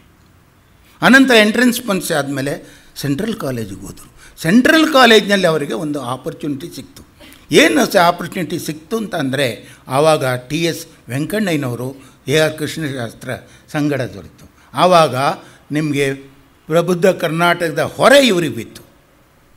ಸಂಪೂರ್ಣವಾಗಿ ಇವರೇ ಅದನ್ನು ತರ್ತಾ ಇದ್ದವರು, ಅದು ಕರಡುತ್ತಿದ್ದದು, ಇದು ಮಾಡೋದು ಎಲ್ಲದನ್ನು. ಹಾಗೆ ಅಂಥ ಸಂದರ್ಭದಲ್ಲಿ ಆಗಲೇ ಅವರ ಸೇವೆಗೆ ಪಾಪ BA ಆಯಿತು, MA ಓದಬೇಕು ಅಂದಾಗ ಅವ್ರಿಗೆ ಅವಕಾಶ ಸಿಕ್ಕಲಿಲ್ಲ. ಪರಿಸ್ಥಿತಿ, ಮನೆಯ ಪರಿಸ್ಥಿತಿ, ಕುಟುಂಬದ ಪರಿಸ್ಥಿತಿ ಅವರನ್ನು ಏನು ಮಾಡ್ತು ಅಂದರೆ ಇದನ್ನು ಮಾಡ್ತು. ಈಗಾಗಲೇ ಅವರು ಹೈಸ್ಕೂಲ್ನಲ್ಲಿದ್ದಾಗಲೇ ನೂಲು ತೆಗೆಯೋದು, ಭಜನೆ ಮಾಡೋದು ಇತ್ಯಾದಿ ಸಾತ್ವಿಕ ಮಾರ್ಗದಲ್ಲಿ, ಉನ್ನತಿಯ ಮಾರ್ಗದಲ್ಲಿ, ಆದರ್ಶ ಮಾರ್ಗದಲ್ಲಿ ಅವರು ನಡೆದರು. ಅನಂತರ ಅವರಿಗೆ ಈ ಕಾಲೇಜಿಗೆ ಬಂದಾಗ ಆಗಲೇ ಹೈಸ್ಕೂಲ್ನಿಂದಲೇ ಬರವಣಿಗೆ ಕಥೆಗಳು ಶುರುವಾಯಿತು. ಶ್ಯಾಮರಾಯರು ಅವರ ಸಹಪಾಠಿಗಳು.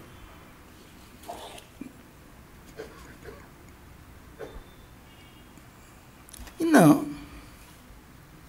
ಅವರು ಏನು ಅಂದರೆ, ಭಗವಂತನೇ ನನಗೆ 2 ಶಕ್ತಿ ಕೊಟ್ಟಿದೆಯಾ.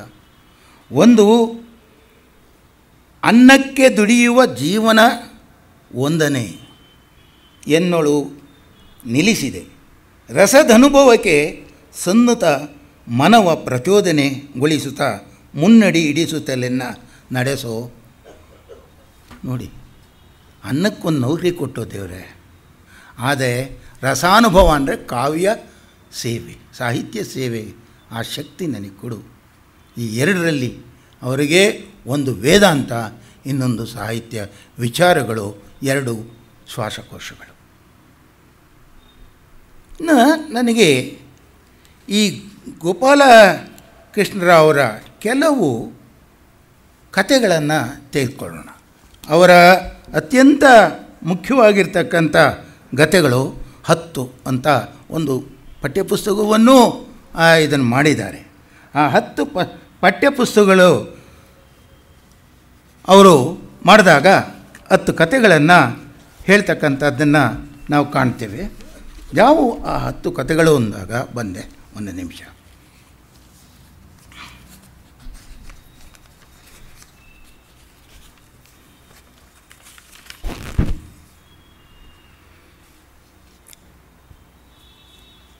ಸಾರಿ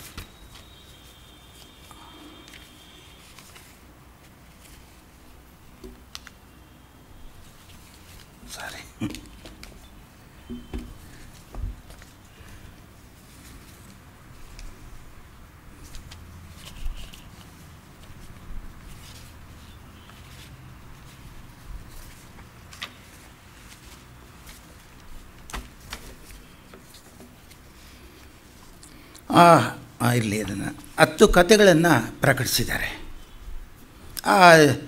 ಡಾಬು ಮತ್ತು ರೆವರೆಂಡ್ ಸೋಂಡ್ಸು, ಪಳನಿಸ್ವಾಮಿ, ಮಾಗಡಿ ರಂಗ ಮುಂತಾದ 10 ಕಥೆಗಳು ಅತ್ಯಂತ ಮುಖ್ಯವಾಗಿರ್ತಕ್ಕಂಥ ಕಥೆಗಳು. ಈ ಕಥೆಗಳಲ್ಲಿ ಬರ್ತಕ್ಕಂಥ ಕೆಲವು ಅಂಶಗಳನ್ನು ತಮ್ಮ ಗಮನಕ್ಕೆ ತರಬೇಕು ಅಂತಿದೆ. ಈಗಾಗಲೇ ಒಂದು ಮಾತು ಹೇಳಿದೆ, ಇಡೀ ಬ್ರಾಹ್ಮಣರ ಒಂದು ಸಮಸ್ಯೆಯನ್ನು ಎಂಥ ಒಂದು ಇದಾಗಿ ಚಿತ್ರಿಸಿದ್ದಾರೆ ಅನ್ನತಕ್ಕಂಥದ್ದು. ಅವರು ವಸ್ತುಗಳನ್ನು ಇಡೀ ಎಲ್ಲದರಲ್ಲೂ ಆಲಿಸ್ಕೊಂಡ್ರು. ಬ್ರಾಹ್ಮಣರ ಕುಟುಂಬಗಳ ವಿವಿಧ ಮುಖಗಳನ್ನು, ಅದು ಮದುವೆಯಾದಂಥ ತರುಣ ದಂಪತಿಗಳ ಚಿತ್ರವನ್ನು, ಅವರ ಸರಸ ಸಲ್ಲಾಪಗಳನ್ನು, ದುಃಖಗಳನ್ನು ಮತ್ತು ಅವರ ಬದುಕಿನ ಹೋರಾಟವನ್ನು ಬಹಳ ಅದ್ಭುತವಾಗಿ ಚಿತ್ರಿಸ್ತಾರೆ. ಅದರಲ್ಲೂ ಒಂಥವ ರಸಿಕರಿದ್ದ ಹಾಗೆ ಶೃಂಗಾರ ಸಂಬಂಧವಾಗಿರ್ತಕ್ಕಂಥ ಕಥೆಗಳನ್ನು ಅದ್ಭುತವಾಗಿ ಅವರು ಚಿತ್ರಿಸ್ತಾರೆ. ಒಂದು ಆಮೇಲೆ ಇನ್ನೊಂದು ಏನು ಅಂತ ಅಂದರೆ, ಕೇವಲ ಅದಕ್ಕೆ ಮೀಸಲಲ್ಲ, ಅವರು ಕೇವಲ ಆ ಗ್ರೇಟ್ ಟ್ರೆಡಿಷನ್ ಅಂತೀವಿ, ಬ್ರಾಹ್ಮಣರ ಕುಟುಂಬಗಳನ್ನೇ ಕುರಿತು, ಬ್ರಾಹ್ಮಣರ ವಸ್ತುವನ್ನೇ ಕುರಿತು ಬರೆಯಲಿಲ್ಲ. ಅದೊಂದು ಮುಖ್ಯ. ಯಾಕೆ ಅಂತ ಅಂದರೆ, ನಾನು ಅದಕ್ಕೆ ಹೇಳಿದ್ದು, ರಾಮಸ್ವಾಮಿಗಳಲ್ಲಿ ಬರ್ತಕ್ಕಂಥ ಕಥೆಗಳು, ಮಾಸ್ತಿಯವರಲ್ಲಿ ಬರ್ತಕ್ಕಂಥ ಕಥೆಗಳು, ಗೋಪಾಲಕೃಷ್ಣರಾವರಲ್ಲಿ ಬರ್ತಕ್ಕಂಥ ಕಥೆಗಳನ್ನು ವಿಶ್ಲೇಷಿಸಿದರೆ ಅವರ ವ್ಯಾಪ್ತಿ, ಸಾಮರ್ಥ್ಯ, ಲೋಕಾನುಭವ ಆವಾಗ ನಿಮಗೆ ಬರುತ್ತೆ. ಅವರ ವೈಶಿಷ್ಟ್ಯ ಏನು ಅನ್ನತಕ್ಕಂಥ ಅರಿವಾಗ್ತದೆ. ಈಗ ಇವರು ಏನು ಮಾಡಿದರು ಅಂತ ಅಂದರೆ, ಕೇವಲ ಒಂದು great tradition and little tradition ಅಂತಾರೆ. ಸಂಸ್ಕೃತಿಯಲ್ಲಿ ಸಾಹಿತ್ಯ, ಸಂಗೀತ, ಸಂಸ್ಕೃತಿ ಅವರ ಪ್ರಾಣ. ಗೋಪಾಲರಾಯರು ಗ್ರೇಟ್ ಟ್ರೆಡಿಷನ್ ಅಂದಾಗ ಓರಿಯೆಂಟಲ್ ಸ್ಟಡೀಸ್, ಬ್ರಾಹ್ಮಣರ ಉತ್ತಮ ಮೌಲ್ಯಗಳನ್ನು ಜೀವನದಲ್ಲಿ ಅಳವಡಿಸಿಕೊಂಡು ಆಚರಿಸ್ತಕ್ಕಂಥದ್ದು ಗ್ರೇಟ್ ಟ್ರೆಡಿಷನ್ ಅಂತಾರೆ. ಈ ಬೇರೆ ಬೇರೆ ಜಾತಿಗಳ ಆಚಾರ ವಿಚಾರಗಳನ್ನು ಒಳಗೊಂಡಂಥ ಓರಲ್ ಟ್ರೆಡಿಷನ್ನಲ್ಲಿರ್ತಕ್ಕಂಥ ಲಿಟಲ್ ಟ್ರೆಡಿಷನ್ ಅಂತ ಕರೀತಾರೆ. ಅದನ್ನು ಫೋಕ್ ಅಂತ ಕರೀತಾರೆ, ಇದನ್ನು ಗ್ರೇಟ್ ಅಂತ ಕರೀತಾರೆ. ಈಗ ಇವರನ್ನು ತೆಗೆದುಕೊಂಡಾಗ ಗ್ರೇಟ್ ಟ್ರೆಡಿಷನನ್ನು ಚಿತ್ರಿಸಬಲ್ಲರು ಮತ್ತು ಲಿಟಲ್ ಟ್ರೆಡಿಷನ್ನು ಗೊತ್ತು. ಯಾಕೆಂದರೆ ಅವರು ಕೊಡಗೇಹಳ್ಳಿಯಲ್ಲಿ ಹುಟ್ಟಿದಂಥವರು, ಗ್ರಾಮೀಣ ಬದುಕು ಅವರಿಗೆ ವಿಸ್ತಾರವಾಗಿ ಪರಿಚಯ ಇತ್ತು. ಆದ್ದರಿಂದ ಅವರು ಆ ಹಳ್ಳಿ ಜೀವನವನ್ನು ಕುರಿತು, ವಿವಿಧ ಜಾತಿಗಳನ್ನು ಕುರಿತು ಅದ್ಭುತವಾಗಿ ಬರೆದಿದ್ದಾರೆ. ಬಹುಶಃ ಇಲ್ಲಿ ಬರೆದಿರುವುದರಲ್ಲಿ ಹುಚ್ಚಮುನಿಯ ಅನ್ನೋದು ಒಂದು ಕತೆ ಮತ್ತು ಸಿದ್ದರಾಮಯೋಗಿ ಅನ್ನೋದು ಮತ್ತೊಂದು ಕತೆ. ಸಿದ್ದರಾಮಯೋಗಿ ಮತ್ತು ಹುಚ್ಚುಮುನಿಯ ಅನ್ನತಕ್ಕಂಥದ್ದು, ಈ ಎರಡೂ ಕತೆಗಳಲ್ಲಿ ಸಾಮಾನ್ಯವಾಗಿರ್ತಕ್ಕಂಥ ವ್ಯಕ್ತಿಯ ಬದುಕನ್ನು ಕುರಿತು ಬರೆದಿರ್ತಕ್ಕಂಥದ್ದು. ಇವರು ಒಂದು ತಿಳ್ಕೊಳ್ಳಿ, LSA ಭೈರಪ್ಪನ ಹಾಗೆ ಅತ್ಯಂತ ಇಂಟೆಲೆಕ್ಚುಯಲ್ ಆಗಿರತಕ್ಕಂಥ ಬ್ರಾಹ್ಮಣರ ಚಿತ್ರ ಕೊಟ್ಟು ಸನ್ಯಾಸ ಸ್ವೀಕರಿಸಿದರು ಅನ್ನತಕ್ಕಂಥದ್ದಕ್ಕೆ ಹೋಗಲೇ ಇಲ್ಲ. ಇಲ್ಲಿ ಬ್ರಾಹ್ಮಣರು ಸಂಸಾರಿ ಬ್ರಾಹ್ಮಣರ ವಿವಿಧ ಮುಖಗಳನ್ನು, ಮಧ್ಯಮ ವರ್ಗದ ಚಿತ್ರವನ್ನು ಕೊಟ್ಟರು ಮತ್ತು ಯಾವ ಸನ್ಯಾಸಿ ಬ್ರಾಹ್ಮಣರ ಚಿತ್ರ ಈ ಕಥೆಗಳಲ್ಲಿ ದೊರೆಯುವುದಿಲ್ಲ. ತಿಳ್ಕೋಬೇಕು ನೀವು. ಅಂದಮೇಲೆ ಇವರು ಲಿಟರೇಚರ್ನಲ್ಲಿ ಆ ಹುಚ್ಚು ಮುನಿಯದಲ್ಲಿ ಕತೆ, ಒಬ್ಬ ಸಾಮಾನ್ಯವಾದ ಮನುಷ್ಯ, ವ್ಯವಸಾಯ ಮಾಡಿಕೊಂಡಿದ್ದಂಥ ಮನುಷ್ಯ ಸಂಸಾರಿಕವಾಗಿರ್ತಕ್ಕಂಥ ಸಮಸ್ಯೆಗಳಿಂದ ಊರು ಬಿಡಬೇಕಾದಂಥ, ಆಸ್ತಿ ಬಿಡಬೇಕಾದಂಥ ಪರಿಸ್ಥಿತಿ ಅವ್ರಿಗೆ ಒದಗಿ ಅವರು ಮನೆ ಬಿಟ್ಟು ಬಂದ. ಒಂದು ನಾಯಿ ಜೊತೆ ಬಂದ. ಆ ನಾಯಿ ಜೊತೆ ಬಂದಾಗ ಅಲ್ಲಿ ಹಳ್ಳಿಲಿ ಇಂಥೇ ನಾಯಿಗಳು ಸೇರಿಕೊಂಡು ಇವನ್ನ ಕೀಟ್ಲೆ ಕೊಟ್ಟಂಥ ಸಂದರ್ಭದಲ್ಲಿ ಆ ಊರಿನವರು ರಕ್ಷಿಸಿ ಆ ಗಾಯಗಳಿಗೆ ಒಬ್ಬ ಹರಳೆಕಾಯಿ ಪಂಡಿತ ಟ್ರೀಟ್ ಮಾಡಿ ಆ ಊರಿನ ರಕ್ಷಣೆ ಕೊಡ್ತಾನೆ. ಇಡೀ ಆ ಊರಿನ ವ್ಯಕ್ತಿ ಆಗ್ತಾನವನು. ಈ becomes A common man for the whole village. ಕಸ ಗುಡಿಸ್ತಾನೆ, ಊರಿನಲ್ಲಿ ಏನಾದರೂ ತೊಂದರೆ ಆದ ಇದು ಮಾಡ್ತಾನೆ, ಎಲ್ಲರ ಮನೆಯಲ್ಲಿ ಸೇವೆ ಮಾಡಿರ್ತಾನೆ, ಭಿಕ್ಷೆ ಎತ್ತಾನೆ, ಹಿಡ್ಕೊಂಡು ಹೋಗಿ ಜೀವನ ತಿಂದು ಆ ನಾಯಿಗೂ ಹಾಕಿ ಎಲ್ಲೋ ಒಂದು ಕಡೆ ಮಲಗ್ತಾನೆ. ಇವನ ಜೀವನವನ್ನು ನೀವು ಆ ಕಥೆಯಲ್ಲಿ ಓದಿದಾಗ ಇದು ಹಳ್ಳಿ ಕಡೆ ಸಾಮಾನ್ಯ. ಎಷ್ಟೋ ಜನ ಸನ್ಯಾಸಿಗಳಾಗ್ಬಿಡ್ತಾರೆ. ಅದರಿಂದ ಈ ಹುಚ್ಚು ಮುನಿಯ ಅಂತಲೇ ಎಲ್ಲರೂ ಹುಚ್ಚ ಅಂತಲೇ ಕರೀತಿದ್ರು ಅವನನ್ನು. ಆದರೆ ಒಂದು ಅಂಶ ನನಗಿಲ್ಲಿ ಅತ್ಯಂತ ಮುಖ್ಯವಾದದ್ದು, ಹೇಗೆ ಈ ಗೋಪಾಲಕೃಷ್ಣರಾಯರು ಬ್ರಾಹ್ಮಣರ ನಿರುದ್ಯೋಗ ಮತ್ತು ಅವರಿಗೆ ಕಷ್ಟ ಅನ್ನೋದು ಅವರ ಅಭಿವೃದ್ಧಿಗೆ, ವಿವಿಧ ವೃತ್ತಿಯಿಂದ ಅವರ ಅಭಿವೃದ್ಧಿಗೆ, ದೇಶಕ್ಕೆ ಸಹಕಾರಿ ಆಗುತ್ತೆ ಅಂತ ಹೇಳೋ ಅದೇ ರೀತಿಯಲ್ಲಿ ಇಲ್ಲಿ ಒಂದು ವಿಷಯ ಇದೆ. ಯಾಕೆಂದರೆ ಇವತ್ತು ಪಟ್ಟಣದ ಬ್ರಾಹ್ಮಣರಿಗೂ ಹಳ್ಳಿಯ ಬ್ರಾಹ್ಮಣರಿಗೂ ಅಜಗಜಾಂತರ ವ್ಯತ್ಯಾಸ ಇದೆ. ಆದರೆ ಒಂದು ಹೇಳ್ತೀನಿ, ಈಗ ಕಡಿಮೆ ಆಗ್ತಾ ಇದೆ ಅದೆಲ್ಲ. ಹಳ್ಳಿಯವರು ಮೋಸ ಇತ್ಯಾದಿಗಳು. ಆದರೆ ಅವರ ಕಾಲದಲ್ಲಿ ಇದ್ದಂಥ ಒಂದು ಪರಿಸ್ಥಿತಿಯನ್ನು ವಸ್ತುನಿಷ್ಠವಾಗಿ ಕಟ್ಟಿಕೊಡುತ್ತಾರೆ. ಏನಪ್ಪ ಅಂದರೆ ಹುಚ್ಚು ಮುನಿಯ ಈ ನ್ಯಾಯ ಪಂಚಾಯಿತಿ ಆಗುತ್ತೆ. ಹಳ್ಳಿಗಳಲ್ಲಿ ಸಮಸ್ಯೆ ಬರುತ್ತೆ. ಆ ಸಮಸ್ಯೆ ಬಂದಾಗ ಆ ಊರಿನ ಶಾನುಭೋಗರು ಬಹಳ ಮುಖ್ಯ. ಇಲ್ಲಿ ಬರ್ತಕ್ಕಂಥ ಕಥೆಗಳಲ್ಲಿ ಅಮಲ್ದಾರಿಕೆ, ಶಾನುಭೋಗ ಅನ್ನೋದು ಅತ್ಯಂತ ಪಟೇಲ ಇವರ ಚಿತ್ರಗಳು ಬಹಳ ಬರುತ್ತೆ. ಯಾಕೆಂದರೆ ಇವರು ರೆವಿನ್ಯೂ ಇಲಾಖೆಯಲ್ಲಿ ಇದ್ದಂಥ ವ್ಯಕ್ತಿ. ಈ ಹುಚ್ಚು ಮುನಿಯನಿಗೆ ಆ ಊರಿನ ಸಮಸ್ಯೆಗಳಲ್ಲಿ ಪಂಚಾಯಿತಿ ಅಂತಾರೆ ಸೇರಿದಾಗ ಆ ಊರಿನ ಬ್ರಾಹ್ಮಣ ಮುಖ್ಯಸ್ಥರು ತೀರ್ಪನ್ನು ಕೊಡತಕ್ಕಂಥ ಸಂದರ್ಭದಲ್ಲಿ ಇವನ ಒಪ್ಪಿಗೆಯನ್ನು ಕೇಳ್ತಾರೆ. ಇದು ಯಾವ ಬ್ರಾಹ್ಮಣ ಬರಹಗಾರನ ಚಿತ್ರದಲ್ಲಿ ಇವತ್ತು ಇದೆಯಾ? ಪ್ರಶ್ನಿಸ್ಕೊಳ್ಳಿ. ಅಲ್ಲ, ಯಾತಕ್ಕೆ ಅಂದರೆ ನಾನು ತುಂಬ ಹೊಗಳ್ತಾ ಇಲ್ಲ, ಆದರೆ ಆ ಕಥೆಗಳಲ್ಲಿ ಬರತಕ್ಕಂಥ ಅಪರೂಪವಾಗಿರ್ತಕ್ಕಂಥ ಆ ಪ್ರಸಂಗಗಳನ್ನು ನಾನು ಹೇಳ್ತಾ ಇದ್ದೀನಿ ನಿಮಗೆ. ಅಷ್ಟೇ ಅಲ್ಲ, ಇನ್ನೊಂದು ಅತ್ಯಂತ ಮುಖ್ಯವಾಗಿರ್ತಕ್ಕಂಥ ಅಂಶ ಅಂದರೆ ಅದು ನೀವು ತಿಳ್ಕೋಬೇಕಾದದ್ದು. ಯಾಕೆಂದರೆ ಇಲ್ಲಿ ವೈದಿಕ ಬ್ರಾಹ್ಮಣರ ಚಿತ್ರ ಬರುತ್ತೆ, ಅವರ ರಿಚುವಲ್ಸ್ ಎಲ್ಲ ಬರುತ್ತೆ, ಅವರ ಆಚಾರ ವಿಚಾರಗಳೆಲ್ಲ ಬರುತ್ತೆ. ಆದರೆ ಇಲ್ಲಿ ಬರ್ತಕ್ಕಂಥದ್ದು ಒಂದೇ ನಿಮಿಷ, ಈ ಎಂಥ ಬಹುಶಃ ನೀವು ಮಾಸ್ತಿಯವರಲ್ಲಿ ಬರ್ತಕ್ಕಂಥ ಒಂದು ಸ್ಥಿತಿಗೂ ಇಲ್ಲಿ ಬರ್ತಕ್ಕಂಥ ಸ್ಥಿತಿಗೂ ಎಂಥ ಅಜಗಜಾಂತರ ವ್ಯತ್ಯಾಸ ಇದೆ ಅಂತಕ್ಕಂಥದ್ದನ್ನು ತಮ್ಮ ಗಮನಿಸಿ. ಈ ಹುಚ್ಚ ಮುನಿಯನ ಅಭಿಪ್ರಾಯ ಕೇಳ್ತಾರೆ ನೋಡಿ. ಎಲ್ಲಾದರೂ ಕೇಳ್ತಾರೆ. ಬ್ರಾಹ್ಮಣ ಅಂತಕ್ಕಂಥವನ್ನ ಒಂದು ರೀತಿ ದುಷ್ಟ, ಇವು ಊರ ಮೇಲೆ ತನ್ನ ಅಭಿಪ್ರಾಯಗಳನ್ನ ಏರ್ತಕ್ಕಂಥವನು, ದಾರಿ ತಪ್ಪಿಸ್ತಕ್ಕಂಥ ಅವನು ಅನ್ನತಕ್ಕಂಥ ಸಂಪ್ರದಾಯದ ಮಾತುಗಳಿದ್ದಾಗ, ಈ ಒಬ್ಬ ಹುಚ್ಚು ಮುನಿಯ ಭಿಕ್ಷೆ ಬೇಡ್ತಕ್ಕಂಥ ವ್ಯಕ್ತಿ, ಅದು ಏನು ಭಿಕ್ಷೆ ಮಾದಿಗರಲ್ಲೂ ಬೇಡ್ತಾನೆ, ಮುಸ್ಲಿಮಾನರಲ್ಲೂ ಹೋಗ್ತಾನೆ, ಆ ಜೋಳಿಗೆಯಲ್ಲಿ ತಿಂತಾನೆ. ಆದರೂ ಎಲ್ಲರಿಗೂ ನಿಷ್ಠೆ ಮತ್ತು ಪ್ರಾಮಾಣಿಕನಾಗಿ ಎಲ್ಲರಿಗೂ ಬೇಕಾದಂಥ ವ್ಯಕ್ತಿಯಾಗಿ ಬದುಕ್ತಾನೆ. ಅಂಥವನಿಗೆ ಈ ಹುಡುಗ ಗೋಪಾಲಕೃಷ್ಣರಾವ್ ಸಣ್ಣ ಹುಡುಗ ಹೋಗಿರ್ತಾರೆ ಅಜ್ಜನ ಮನೆಗೆ. ಅಲ್ಲಿ ಆ ಹುಚ್ಚನಿಗೆ ಒಂದು ಪ್ರಶ್ನೆ ಕೇಳ್ತಾರೆ. ಬಹುಶಃ ಅಪರೂಪದ ಮಾತು ಇದು. ಸಲಿಗೆ ಆಗಿ ಹೋಗಿತ್ತು. ಒಂದು ಸಲ ನಾನು ಅವನನ್ನೇ ಕೇಳಿದೆ, ಹುಚ್ಚು ಮುನಿ, ನೀನು ದೆವ್ವಗಳನ್ನು ನೋಡಿದ್ದೀಯಾ? ನೋಡಿದ್ದೇನೆ. ದೇವತೆಗಳನ್ನು ಅವರನ್ನೂ ಕಂಡಿದ್ದೇನೆ. ಅವ್ರು ಹೇಗಿದ್ದಾರೆ? ಮನುಷ್ಯರ ಹಾಗೆ ಇದ್ದಾರೆ. ಮನುಷ್ಯರ ಹಾಗೆ ಇದ್ದಾರೆ. ಎಲ್ಲಿದ್ದಾರೆ? ಅವರು ನನಗೆ ತೋರಿಸುತ್ತೀಯಾ?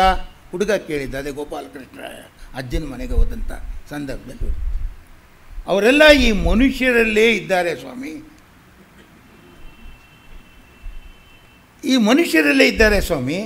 ನೀವು ದೊಡ್ಡವರಾದ ಮೇಲೆ ನಿಮಗೆ ಅವರೆಲ್ಲ ಕಾಣಿಸಿಕೊಳ್ಳುತ್ತಾರೆ. ವಂಡರ್ಫುಲ್. ಇಂಥ ಮಾತುಗಳನ್ನ ಇಲ್ಲಿ ನೀವು ಕೇಳಿ. ಮಾಸ್ತಿಯವರಲ್ಲೂ ಬರೋಕ್ಕೆ ಸಾಧ್ಯವಿಲ್ಲ, ರಾಮಸ್ವಾಮಿ ಅಯ್ಯಂಗಾರಲ್ಲೂ ಬರೋಕ್ಕೆ ಸಾಧ್ಯವಿಲ್ಲ. ಅದ್ಭುತವಾಗಿರ್ತಕ್ಕಂಥ, ಅದಕ್ಕೆ ನಾನು ಹೇಳಿದ್ದು, ಬರೀ ಇಂಟೆಲೆಕ್ಚುಯಲ್ ಆಗಿ ಈ ಬ್ರಾಹ್ಮಣರು ಈ ಕೆಳವರ್ಗವನ್ನು ದಾರಿ ತಪ್ಪಿಸಿದಾಗ ಈ ಬ್ರಾಹ್ಮಣನೊಬ್ಬ ಸಾಮಾನ್ಯ ಭಿಕ್ಷುಕನಿಗೆ ಗೌರವ ಕೊಟ್ಟರು ಅಂದರೆ ರಿಯಲಿ ಈಸ್ ಎ ವಂಡರ್ಫುಲ್. ಅದು ಈ ದೇವರು ಇತ್ಯಾದಿಗಳ ವಿಷಯದಲ್ಲಿ ನಾನು ನನ್ನ ಇಡೀ ಬದುಕಿನ ಸಂಶೋಧನೆಯೇ ದೇವರಿದ್ದಾನೆಯೇ ಅನ್ನೋದು, ದೆವ್ವ ಇದೆಯಾ ಅನ್ನೋದು, ಇದನ್ನೇ ಮಾಡ್ಕೊಂಡು ಬಂದೆ ನಾನು. ಆ ದೇವರು ದೆವ್ವಕ್ಕೆ ಬದಲಾಗಿ ಹೆಚ್ಚಾಗಿ ನನಗೆ ಈ ಮನುಷ್ಯನ ಸ್ವಭಾವ ಅತ್ಯಂತ ವಿಚಿತ್ರವಾಗಿ ಕಾಣ್ತು.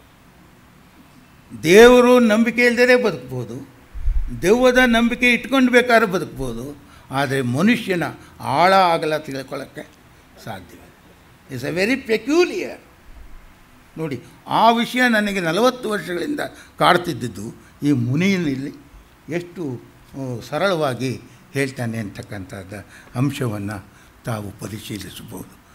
ಆಮೇಲೆ ಸಿದ್ದರಾಮ ಯೋಗಿ ಇವರೆಲ್ಲ ಏನು ಅಂದರೆ ಆಸ್ತಿ ಇದ್ದು ಕಳ್ಕೊಂಡು ಬಂದು, ಸಿದ್ದರಾಮ ಯೋಗಿಯೂ ಅಷ್ಟೇ ಕಾಲೇಜಿನಲ್ಲಿ ಓದ್ತಾನೆ, ಯೂನಿವರ್ಸಿಟಿಲಿ, ತಂದೆ ಬಹಳ ಸಾಮಾಜಿಕ ಕೆಲಸ ಮಾಡ್ತಾನೆ, ಎಲ್ಲ ಆಸ್ತಿಯನ್ನು ಕಳ್ಕೊಂಡಾಗ ಇನ್ನೊಬ್ಬ ಇವನು ಬರ್ತಾನೆ, ಮೋಸ ಆಗುತ್ತೆ ಅವರ ಅಕ್ಕಂದಿರಿಂದ. ಆದರೆ ಈ ಸಿದ್ದರಾಮ ಯೋಗಿ ಅವನು ಯೋಗಿ ಆಗಿಬಿಡ್ತಾನೆ, ಎಲ್ಲ ಆಸ್ತಿಯನ್ನು ತೊರೆದು ಬಿಡ್ತಾನೆ. ಅವನು ಆ ತಂಬೂರಿ ಹಿಡ್ಕೊಂಡು ಮನೆಯಲ್ಲಿ ಭಿಕ್ಷೆ ಬೇಡ್ಕೊಂಡು ಹೊಡ್ತಾನೆ. ಅಂದಾಗ ನಮಗೆ ಒಂದು ತಿಳ್ಕೊಳ್ಳಿ, ವೇದ ಉಪನಿಷತ್ತು ಮತ್ತು ಮಹಾ ಪುರಾಣಗಳಿಗೆ ಸಂಪ್ರದಾಯಕ್ಕೆ ಜೊತೆಯಾಗಿ ಒಂದು ಶ್ರಮಣ ಸಂಸ್ಕೃತಿ, ಒಂದು ಶೈವ ಸಂಸ್ಕೃತಿ, ಮತ್ತೊಂದು ಪರ್ಯಾಯವಾಗಿ ಸಾಮಾನ್ಯ ಎಂಪೆರಿಕಲ್ ನಾಲೆಡ್ಜ್ ಆ್ಯಂಡ್ ಪ್ರಾಗ್ಮೆಟಿಸಮ್ ನಾಲೆಡ್ಜ್, ಅದು ಒಂದು ಸತ್ಯ. ಅದನ್ನೇ ವೇದ ಸುಳ್ಳಾದರೂ ಗಾದೆ ಸುಳ್ಳಾಗಲ್ಲ, ಈ ಮಾತುಗಳಿಗೆ ಯಾಕೆ ಹುಟ್ಟುತ್ತೆ? ಅಂಥ ಒಂದು ಪರ್ಯಾಯವಾಗಿರ್ತಕ್ಕಂಥ ಚಿಂತನೆ ಇದೆ. ಈ ಮೂರೂ ನಮಗೆ ಸಂಯುಕ್ತವಾಗಿ ಇದ್ದರೆ, ಚಿಂತನೆ ಮಾಡಿದರೆ ಇವತ್ತು ಭಾರತೀಯದ ಎಷ್ಟೋ ಸಮಸ್ಯೆಗಳು ಪರಿಹಾರ ಆಗ್ತಾಯಿತ್ತು. ನಿಮಗೆ ಆ ವಿಧವೆ ಸಮಸ್ಯೆಗಳು ತಗೊಳ್ಳಿ, ಆ ಸುಶೀಲಾ ಸಂಕೇತ್ ಅವರ ಚರಿತ್ರೆ ತಗೊಳ್ಳಿ. ಅದು ಅದ್ಭುತವಾದದ್ದು. ಎಂಥ ಆದರ್ಶವಾಗಿರ್ತಕ್ಕಂಥ ಹೆಣ್ಣು ಮಗಳಾದರೂ ಯಾವುದೋ ಒಂದು ಸಂದರ್ಭದಲ್ಲಿ ಆ ಒಂದು ಹೋಟೆಲ್ನಲ್ಲಿ ಸಂಧಿಸಿದಂಥ ಶ್ರೀನಿವಾಸ ಮತ್ತು ಇವರಿಬ್ಬರು ನಡುವೆ ಎಂಥ ಪ್ರೇಮ ಬೆಳೆಯುತ್ತೆ ಅಂತ ಅಂದರೆ, ಆದರೆ ದೇವರು ಅವರನ್ನು ಕಾಪಾಡ್ತಾನೆ, ದಾರಿ ತಪ್ಪಲಿಲ್ಲ ಅಂತ. ಆದರೆ ಆಕೆ ಮದುವೆ ಆದರೂ ವಿಧವೆ ಆದರೂ ಶ್ರೀನಿವಾಸನ ಒಂದು ವಿಗ್ರಹ ಮತ್ತು ಶ್ರೀನಿವಾಸನ ಫೋಟೋ ಇಟ್ಟುಕೊಂಡು ಅವಳು ಒಂದು ರೀತಿ ಪತಿವ್ರತಿಯಾಗಿ ಬದುಕುವಂಥ ಆ ಒಂದು ದೊಡ್ಡತನ ಹೆಣ್ಣು ಮಗಳನ್ನ ನೋಡಿ. ಹಾಗೆಯೇ ಇನ್ನೊಂದು ಕಥೆಯಲ್ಲಿ ನಮ್ಮ ಮನೆಪಾಡದ ಮೇಷ್ಟ್ರು ಅನ್ನುವಾಗ ಅಲ್ಲಿ ವೀರಶೈವರು ಮತ್ತು ಮಧ್ವ ಬ್ರಾಹ್ಮಣರ ಇಬ್ಬರ ಹೆಣ್ಣು ಮಗಳ ಸಂದರ್ಭ ಆಗುತ್ತೆ. ಅದು ಜಮೀನ್ದಾರ, ಇವನು ವರ್ಗವಾಗಿ ಹೋಗ್ತಾನೆ, ಸುಂದರವಾಗಿರ್ತಾನೆ, ಮಧ್ವ ಯುವಕ ಅವ್ರ ಮನೆಗೆ ಹೋಗ್ತಾ ಇರ್ತಾನೆ. ಒಂದು ಸಂದರ್ಭದಲ್ಲಿ ತಂದೆ ಅವರ ಜಮೀನ್ದಾರ ಕೆಳಗಡೆ ಇರುವಾಗ ಮೇಲ್ಗಡೆ ಸಂಧಿಸಿದಾಗ ಆ ವೀರಶೈವ ಹುಡುಗಿಗೂ ಇವ್ರಿಗೂ ಪ್ರೀತಿ ಆಗುತ್ತದೆ. ಆ ಪ್ರೀತಿ ಆದರೆ ಏನಾಗ್ಬಿಡುತ್ತೆ ಅಂದರೆ ಅದು ಬೆರೆತೇ ಬಿಡ್ತಾರೆ. ಆ ಬೆರೆಯುವುದರಿಂದ ಒಂದು ಮಗು. ಆಕೆ ತಂದೆ ಏನಾದ್ರು ಮಾಡಿ ಮುಚ್ಚಿ ಮದುವೆ ಮಾಡಬೇಕು, ಟೈಮ್ ಆಗುತ್ತೆ ಅಂತ ಕಾಣುತ್ತೆ, ನಾನು ಮದುವೆ ಆಗಬೇಕು ಅಂದಾಗ ಅವಳು ನಿರಾಕರಿಸ್ಬಿಡ್ತಾಳೆ. ತನ್ನ ಮಗ ಅದೇ ಆ ಪಾತಿವ್ರತೆಯಾಗೆ.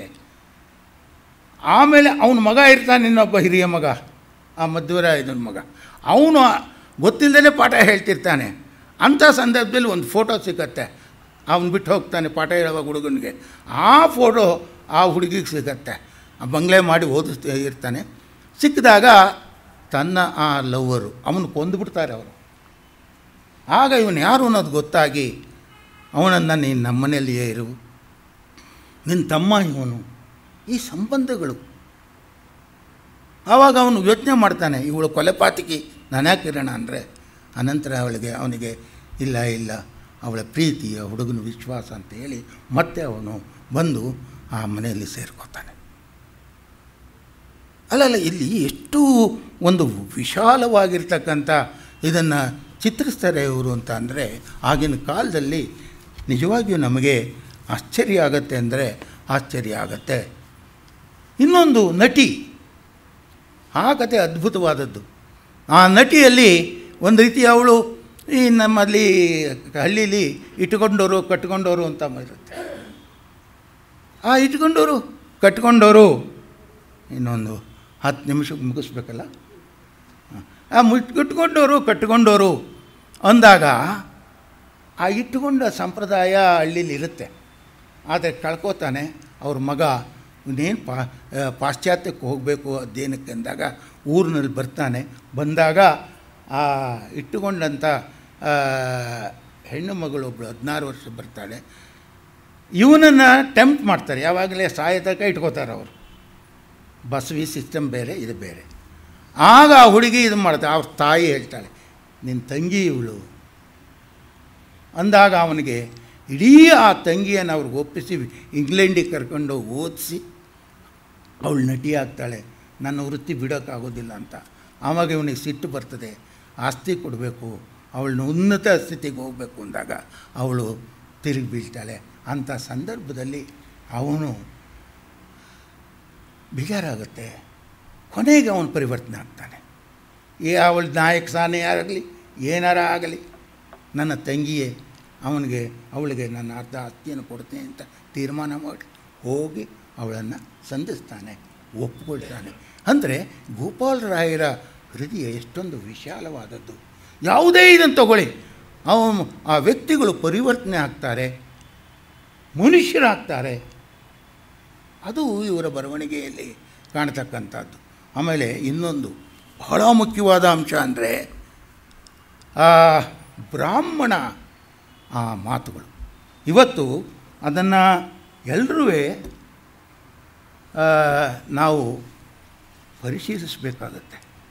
ನಿಜವಾಗ್ಲೂ ಇದ್ರ ಕಥೆಯಲ್ಲಿ ನೋಡಿ, ಯಾವುದು ಅಂದರೆ ವಿಶ್ವೇಶ್ವರ, ವಿಜ್ಞಾನಿ ವಿಶ್ವೇಶ್ವರ ಅಂತ ಆ ಒಂದು ಕಥೆಯಲ್ಲಿ ಅದ್ಭುತವಾದ ಮಾತುಗಳು ಬರುತ್ತೆ. ಬಹುಶಃ ಅದನ್ನು ಓದಿ ನಾನು ನನ್ನ ಮಾತು ಮುಗಿಸ್ತೀನಿ. ಯಾಕೆಂದರೆ ತಾವು ಅದನ್ನು ಗಮನದಲ್ಲಿ ಇಟ್ಕೋಬೇಕು.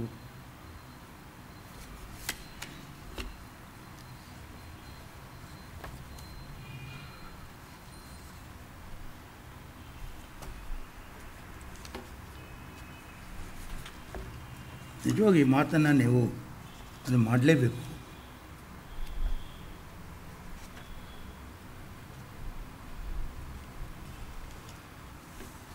ಅಲ್ಲಿ ಬ್ರಾಹ್ಮಣ ಮ್ಯಾನೇಜರು ದ್ಯಾವಣ್ಣ, ಕೆಳವರ್ಗದ ಸ್ಟ್ಯೂನು, ಅವರ ಇಬ್ಬರ ಒಂದು ಸಂಬಂಧವನ್ನು ಅದ್ಭುತವಾಗಿ ಆ ಸಾಮರಸ್ಯವನ್ನು ಕೊಡ್ತಾರೆ. ಆಗಲೇ ಚೇಂಜ್ ಆಗುತ್ತೆ. ಒಬ್ಬ ಆಫೀಸರ್ ಬರ್ತಾನೆ, ಅವನು ಆ ಜವಾನನ ಜಾತಿಯವನು, ಅವನೇ ಒಪ್ಪೋದಿಲ್ಲ, ಬದಲಾವಣೆ ಆಗುತ್ತೆ. ಉನ್ನತವಾಗಿ ನಡ್ಕೊಳ್ತಕ್ಕಂಥ ಆಫೀಸ್ಗಳೆಲ್ಲ ಕೇಳ್ತವೆ.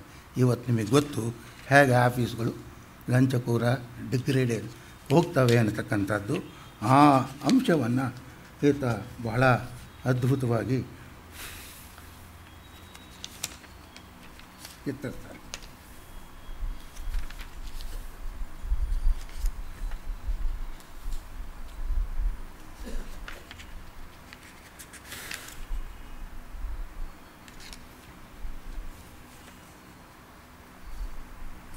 ಅಲ್ಲಿ ಇಷ್ಟೇ ಬರ್ತಕ್ಕಂಥದ್ದು. ಏನು ಅಂತ ಬರುತ್ತೆ ಅಂತ ಅಂದರೆ, ನಾವು ಸಮಾನವಾಗಿ ಎಲ್ಲರನ್ನೂ ಕಾಣಬೇಕು. ಈ ಆದಿ ಕರ್ನಾಟಕರನ್ನು ಅವರ ಡಿಗ್ರೇಡೇಷನ್ನೇ ನಾವು ಕಾರಣ. ಅದಕ್ಕೋಸ್ಕರನೇ ಅದು ಮತಾಂತರ ಆಯಿತು. ಅವ್ರು ದಾರಿ ತಪ್ಪಿದರು. ನಾವು ಒಂದು ಪಕ್ಷ ಅವರನ್ನು ಇಟ್ಕೊಂಡಿದ್ದರೆ ನೋಡಿ ಸಿಕ್ತು. ಅದಕ್ಕೆಲ್ಲ ನಮ್ಮ ಹಿರಿಯರೇ ಕಾರಣ ದೇವಣ್ಣ. ಹಿಂದೆ ನಮ್ಮ ಹಿರಿಯರು ಮಾಡಿದ ಪಾಪ ನಮ್ಮನ್ನು ಈಗ ಕಾಡ್ತಾ ಇದೆ ನೋಡು. ಮೊದಲು ಆದಿ ಕರ್ನಾಟಕರು ಅವರು ನಾವು ಪೂಜಿಸುತ್ತಿದ್ದ ಗೋವಿನ ಮಾಂಸ ತಿನ್ನುತ್ತಾರೆ, ಅಶುಚಿ ಎಂದು ಅವರನ್ನು ದೂರ ಇಟ್ಟೆವು. ಅವರಿಗೆ ಬುದ್ಧಿ ಹೇಳಿ ಅವರನ್ನು ಸರಿಪಡಿಸಲಿಲ್ಲ. ಅವರದೇ ಒಂದು ಪಂಗಡ ಆಗಿಬಿಟ್ಟಿತು. ಹೀಗೆ ಬಲಾತ್ಕಾರದಿಂದ ಮುಸಲ್ಮಾನರಾದ ನಮ್ಮ ಜನರನ್ನು ಪ್ರಾಯಶ್ಚಿತ್ತವೋ ಶುದ್ಧೀಕರ್ಮವೋ ಮಾಡಿ ಹಿಂದಕ್ಕೆ ತೆಗೆದುಕೊಂಡು ಬಿಟ್ಟಿದ್ದರೆ ಪಾಕಿಸ್ತಾನದ ಪೆಡಂಭೂತ ಎದ್ದು ನಿಲ್ಲುತ್ತಿರಲಿಲ್ಲ. ಇನ್ನು ಸರ್ಕಾರಿ ಕೆಲಸದ ವಿಚಾರ, ಆಯಾ ಅಧಿಕಾರಿ ಸ್ಥಾನದಲ್ಲಿರುವಾಗ ಅವರವರಿಗೆ ಬೇಕಾದವರನ್ನೆಲ್ಲ ಕೆಲಸಕ್ಕೆ ಸೇರಿಕೊಂಡು ಬಿಟ್ಟರು. ಆಗ ಹೆಚ್ಚಾಗಿ ಓದಿದವರು ಬ್ರಾಹ್ಮಣರೇ ಆಗಿದ್ದರು. ಅವರಿಗೆ ನೀವು ಬುದ್ಧಿವಂತರು, ಇನ್ನೂ ಬೇರೆ ಕೆಲಸಗಳನ್ನು ಕೈಕೊಂಡು ದೇಶದ ಅಭಿವೃದ್ಧಿಗೆ ಬರುವ ಮಾರ್ಗ ತೋರಿಸಿ ಎಂದು ಹಿರಿಯರು ಹೇಳಲಿಲ್ಲ. ಹಿಂದುಳಿದ ಪಂಗಡಗಳವರು ಹಿಂದೇ ಉಳಿದು ಬಿಟ್ಟರು. ಆಗ ಇವನು ಹೇಳ್ತಾನೆ, ಆ ದ್ಯಾವಣ್ಣ, ಸರ್ಕಾರಿ ಕೆಲಸದ ಮೋಹ ಎಂಥದೋ ದೊಡ್ಡ ಕುಳುಗಳನ್ನು ಹಾಳು ಮಾಡಿಬಿಟ್ಟಿದೆ ಸ್ವಾಮಿ.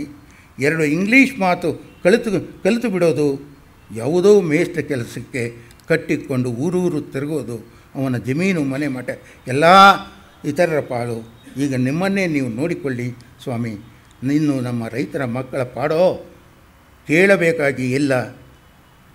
ಏನು ವಿದ್ಯೆಯೋ ಯಾರಿಗೆ ಬೇಕಾಗಿದೆ. ಇನ್ನೊಂದು ಇಲ್ಲಿ ನಾವು ನೋಡ್ಬೋದು, ಇಲ್ಲಿ ಒಂದು ರೀತಿ ಆತ್ಮನಿರೀಕ್ಷಣೆ. ಇನ್ನೊಂದು ಪಳನಿಸ್ವಾಮಿ ಅಂತ ನೀವೆಲ್ಲರ ಓದಬೇಕು. ಅಲ್ಲಿ ಒಂದು ಸಮಸ್ಯೆ ತತ್ತಾನೆ. ಇಲ್ಲಿ ಒಂದು ಕ್ಯಾಸ್ಟ್ ಪ್ರಾಬ್ಲಮ್, ಅಲ್ಲಿ ಪಳನಿಸ್ವಾಮಿಯಲ್ಲಿ ಕ್ಲಾಸ್ ಪ್ರಾಬ್ಲಮ್. ಬಂಡವಾಳಗಾರರು ಕೂಲಿಕಾರರ ಸಮಸ್ಯೆಯನ್ನು ಅದ್ಭುತವಾಗಿ ತರ್ತಾನೆ. ಆ ಪಳನಿಸ್ವಾಮಿ ಹೇಗೆ ಈ ಇವರು ಬಂಡಗಾರರು ಇಡೀ ದೇಶಕ್ಕೆ ಅಂತ ಮೋಸವನ್ನು ಮಾಡ್ತಾನೆ. ಅವನೊಂದು ದಾನ ಮಾಡ್ತಾನೆ, ಒಂದು ಪಂಪು ಹ್ಯಾಂಡ್ ಪಂಪ್ ಹಾಕಿಸ್ಕೊಡ್ತಾನೆ ದಾನ ಶೂರ. ಆಗ ಅದೇನಾಗುತ್ತೆ ಅಂತ ಅರ್ಧ ನೀರು ಬರ್ತಿರುತ್ತೆ. ಏನು ಅರ್ಧ ನೀರು ಬರುತ್ತೆ ಅಂತ ಒಬ್ಬ ಮೆಕ್ಯಾನಿಕ್ಕು ನೋಡ್ತಾನೆ. ಪಂಪ್ನಲ್ಲಿ ದೋಷ ಇಲ್ಲ, ಯಾವುದರಲ್ಲೂ ಇಲ್ಲ. ಏನು ಮಾಡಿದ್ದಾನೆ ಅಂದರೆ, ಆ ರಾವ್ ಬಹದ್ದೂರು ಆ ಪಂಪ್ನಲ್ಲಿ 2 ಪೈಪ್ ಇಟ್ಟಿದ್ದಾನೆ. ಈಗ ಹೊಡೆದ್ರೆ ಅವನ ಜಮೀನಿಗೆ ಅರ್ಧ ಹೋಗುತ್ತೆ ನೀರು. ಇದು ಒಂದೇನೆ. ಇವತ್ತು ನಮಗೆ ಈ ಶ್ರೀಮಂತರ ದಾನ ಇದೆಯಲ್ಲ, ಅದೆಷ್ಟು ದೇವಸ್ಥಾನ ಕಟ್ಟೋದು, ಇವೆಲ್ಲ ಎಂಥ ಅಪಾಯಗಳು. ಸಾಮಾಜಿಕ ಕಾರ್ಯಕ್ರಮ ಮಾಡ್ತೀವಿ ಅನ್ನೋದು ಎಂಥ ಅಪಾಯಗಳು ಅನ್ನೋದನ್ನು ಆ ಪಳನಿಸ್ವಾಮಿಯಲ್ಲಿ ಅದ್ಭುತವಾಗಿ ಚಿತ್ರಿಸ್ತಾನೆ. ಅವನು ಹೇಟ್ ಮಾಡ್ತಾನೆ. ಇಂಥ ಒಂದು ಅಪೂರ್ವವಾಗಿರ್ತಕ್ಕಂಥ ಪ್ರಸಂಗಗಳನ್ನು, ಅನುಭವವನ್ನು, ಸಮಾಜವನ್ನು ಅವರಿಗೆ ಗ್ರಾಮೀಣ ಪ್ರದೇಶದ ಒಂದು ನಿರ್ಲಿಪ್ತವಾಗಿ ಮುಕ್ತವಾಗಿ, ಬ್ರಾಹ್ಮಣರ ದೋಷ ಇರಲಿ, ಕೆಳಗಡೆ ದೋಷ ಇರಲಿ, ಅವುಗಳನ್ನು ಮುಕ್ತವಾಗಿ ಕಥೆಗಳಿಗೆ ಆರಿಸ್ಕೊಂಡು ಚಿತ್ರಿಸಿದವರು ಮನುಷ್ಯನ ಸಂವೇದನೆಗಳು. ಅದನ್ನೇ ಹ್ಯುಮ್ಯಾನಿಟಿ ಅಂತ ಏನು ಹೇಳ್ತೀವೋ, ಆ ಮಾನವೀಯತೆ ಅನ್ನೋದು ಈ ಕೆ ಗೋಪಾಲಕೃಷ್ಣರಾಯನಲ್ಲಿ ಮಿಡಿದಿರ್ತಕ್ಕಂಥದ್ದು ನಾವು ಕಾಣ್ತೇವೆ. ಆದ್ದರಿಂದ ಇವತ್ತೂ ಯಾವುದು ಪ್ರಸ್ತುತ ಅಂದರೆ, ಈ ಅಂಶಗಳನ್ನು ವಿಮರ್ಶಕರು ಎತ್ತಿ ಹಿಡಿದಾಗ ಇವತ್ತೂ ಇವರ ಕಥೆಗಳು, ಇವತ್ತೂ ಅವರ ಇದು ಪ್ರಸ್ತುತವಾಗ್ತದೆ. ರೆಲೆವೆನ್ಸ್ ಅಂತ ಏನು ಹೇಳ್ತಾರೋ ಅವುಗಳಿಂದ ನಾವು ನಮ್ಮ ಅನುಭವವನ್ನು, ನಮ್ಮ ಬದುಕನ್ನು ವಿಸ್ತರಿಸಿಕೊಳ್ಳಬಹುದು. ಇಷ್ಟು ಹೇಳಿ ನಾನು ದೀರ್ಘಕಾಲ ಮಾತನಾಡಿದ್ದಕ್ಕಾಗಿ ಕ್ಷಮೆ ಅಂತ ಹೇಳಿ ನನ್ನ ಮಾತನ್ನು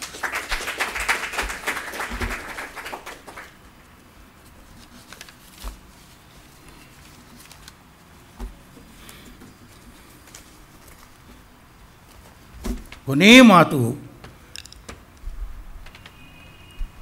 ಈ ಕೆಳವರ್ಗವನ್ನು ಮತಾಂತರ, ಬ್ರಾಹ್ಮಣರನ್ನು ಇಂಗ್ಲೀಷು, ಈ ದೇಶದಲ್ಲಿ ಸಾಮಾಜಿಕ ಬದಲಾವಣೆ ಆದರೂ ಅನ್ನುವ ಮಾತು ಅತ್ಯಂತ ಮುಖ್ಯವಾದದ್ದು. ನಮ್ಮ ಎಲ್ಲ ಬರಹಗಾರರು ಇದು ಕೆಳವರ್ಗವನ್ನು ಮುಸ್ಲಿಮರು ಮತ್ತು ಕ್ರಿಶ್ಚಿಯನ್ ಮಾಡಿದರೆ, ಬ್ರಾಹ್ಮಣರನ್ನು ಆಧ್ಯಾತ್ಮಿಕ ದಾರಿ ಬಿಟ್ಟು ಮತ್ತು ಇಂಗ್ಲೀಷ್ ಹಿಡಿದಿದ್ದರಿಂದ ಲೌಕಿಕ ಬ್ರಾಹ್ಮಣರಾದರು. ಇವೆರಡೂ ಸಾಮಾಜಿಕ ಬದಲಾವಣೆ ಈ ದೇಶಕ್ಕೆ ಉನ್ನತಿ ಆಗಲಿಲ್ಲ ಅನ್ನೋ ಒಂದು ಅಂಶ ಇದೆ. ನಮಸ್ಕಾರ.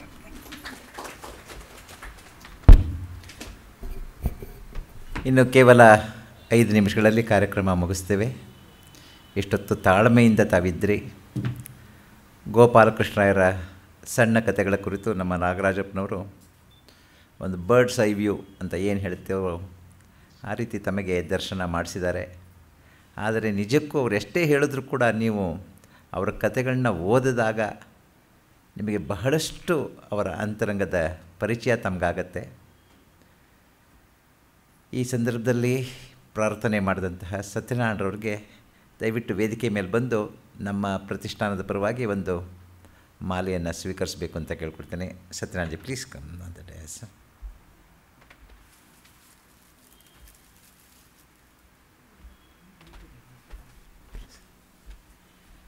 ನಮ್ಮ ಹಿರಿಯರಾದ ನಾಗರಾಜಪ್ಪನವರು ಈ ಮಾಲಾರ್ಪಣೆ ಇವ್ರಿಗೆ ಮಾಡಬೇಕು ಅಂತ ಕೇಳ್ಕೊಳ್ತೇನೆ. ಇದೊಂದು ಆಶೀರ್ವಾದ ಅವರಿಗೆ.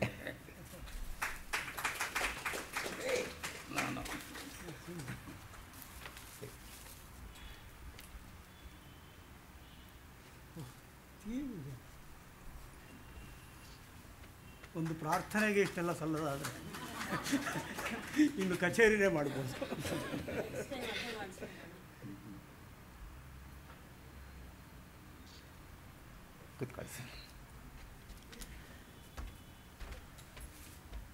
ಕಾಲ ಎಲ್ಲವನ್ನು ಮರೆಸುತ್ತಂತೆ.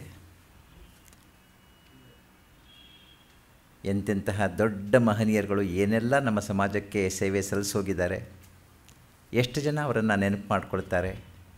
ಆದರೆ ಆ ನೆನಪನ್ನು ಉಳಿಸೋ ಥರ ಮಾಡೋದು ನಮ್ಮ ಇಂದಿನ ಜನಾಂಗಕ್ಕೆ ಸೇರಿದ್ದು. ಗೋಪಾಲಕೃಷ್ಣನ ಎಲ್ಲರೂ ಮರೆತು ಬಿಟ್ಟಿದ್ದರು. 1930ರಿಂದ 1965 ತನಕ ಎಷ್ಟು ವಿಪುಲವಾದ ಸಾಹಿತ್ಯ ಕೃಷಿ ಮಾಡೋದು ಅಂತ ಹೇಳಿದ್ರೆ ಹೇಳಲು ಸಾಧ್ಯ. ಬಹುಶಃ ಅವರು ಅದನ್ನೇ ಮುಂದುವರ್ಸ್ಕೊಂಡು ಹೋಗಿದ್ದರೆ ಇಂದು ಇದ್ದಿದ್ದರೆ ಅವ್ರಿಗೂ ಕೂಡ ಜ್ಞಾನಪೀಠ ಪ್ರಶಸ್ತಿ ಬರುತ್ತಿತ್ತೋ ಏನೋ. ನಾಗರಾಜಪ್ಪನವರು ಗೋಪಾಲಕೃಷ್ಣ ಕುರಿತು ಹೇಳ್ತಾ ಇರಬೇಕಾದ್ರೆ ಅವರು ರೆವಿನ್ಯೂ ಡಿಪಾರ್ಟ್ಮೆಂಟ್ನಲ್ಲಿ ಇದ್ದರು. ಅದಕ್ಕಿಂತ ಹೆಚ್ಚಿನ ವಿಷಯ ನಾನು ಹೇಳಲಿಕ್ಕೆ ಇಷ್ಟಪಡ್ತೇನೆ. ಅವರು ಕೆಂಗಲ್ ಹನುಮಂತಯ್ಯನವರಿಗೆ ಪರ್ಸನಲ್ ಸೆಕ್ರೆಟರಿ ಆಗಿದ್ದರು. ಕೆಂಗಲ್ ಹನುಮಂತಯ್ಯನವರು ಇದ್ದಾಗ ಇವತ್ತಿನ ದಿನ ನಾವೇನು ಕನ್ನಡ ಸಂಸ್ಕೃತಿ ಇಲಾಖೆ ಇದೆ ಅಂತ ಇದೆಯೋ ಅದಕ್ಕೆ ನಾಂದಿಯನ್ನು ಹಾಡಿದವರು ಗೋಪಾಲಕೃಷ್ಣರಾಯರು. ಅಂದರೆ ಕೆಂಗಲ್ ಹನುಮಂತಯ್ಯನವ್ರು ಹೇಳ್ಬಿಟ್ಟು ಇದೊಂದು ಬಹಳ ಮುಖ್ಯವಾದ ಕೆಲಸ ಆಗಲೇಬೇಕು, ಕನ್ನಡ ಸಂಸ್ಕೃತಿ ಇಲಾಖೆ ಇರಬೇಕು, ಆಗಲೇ ಕನ್ನಡ ಉಳಿಲಿಕ್ಕೆ ಸಾಧ್ಯ.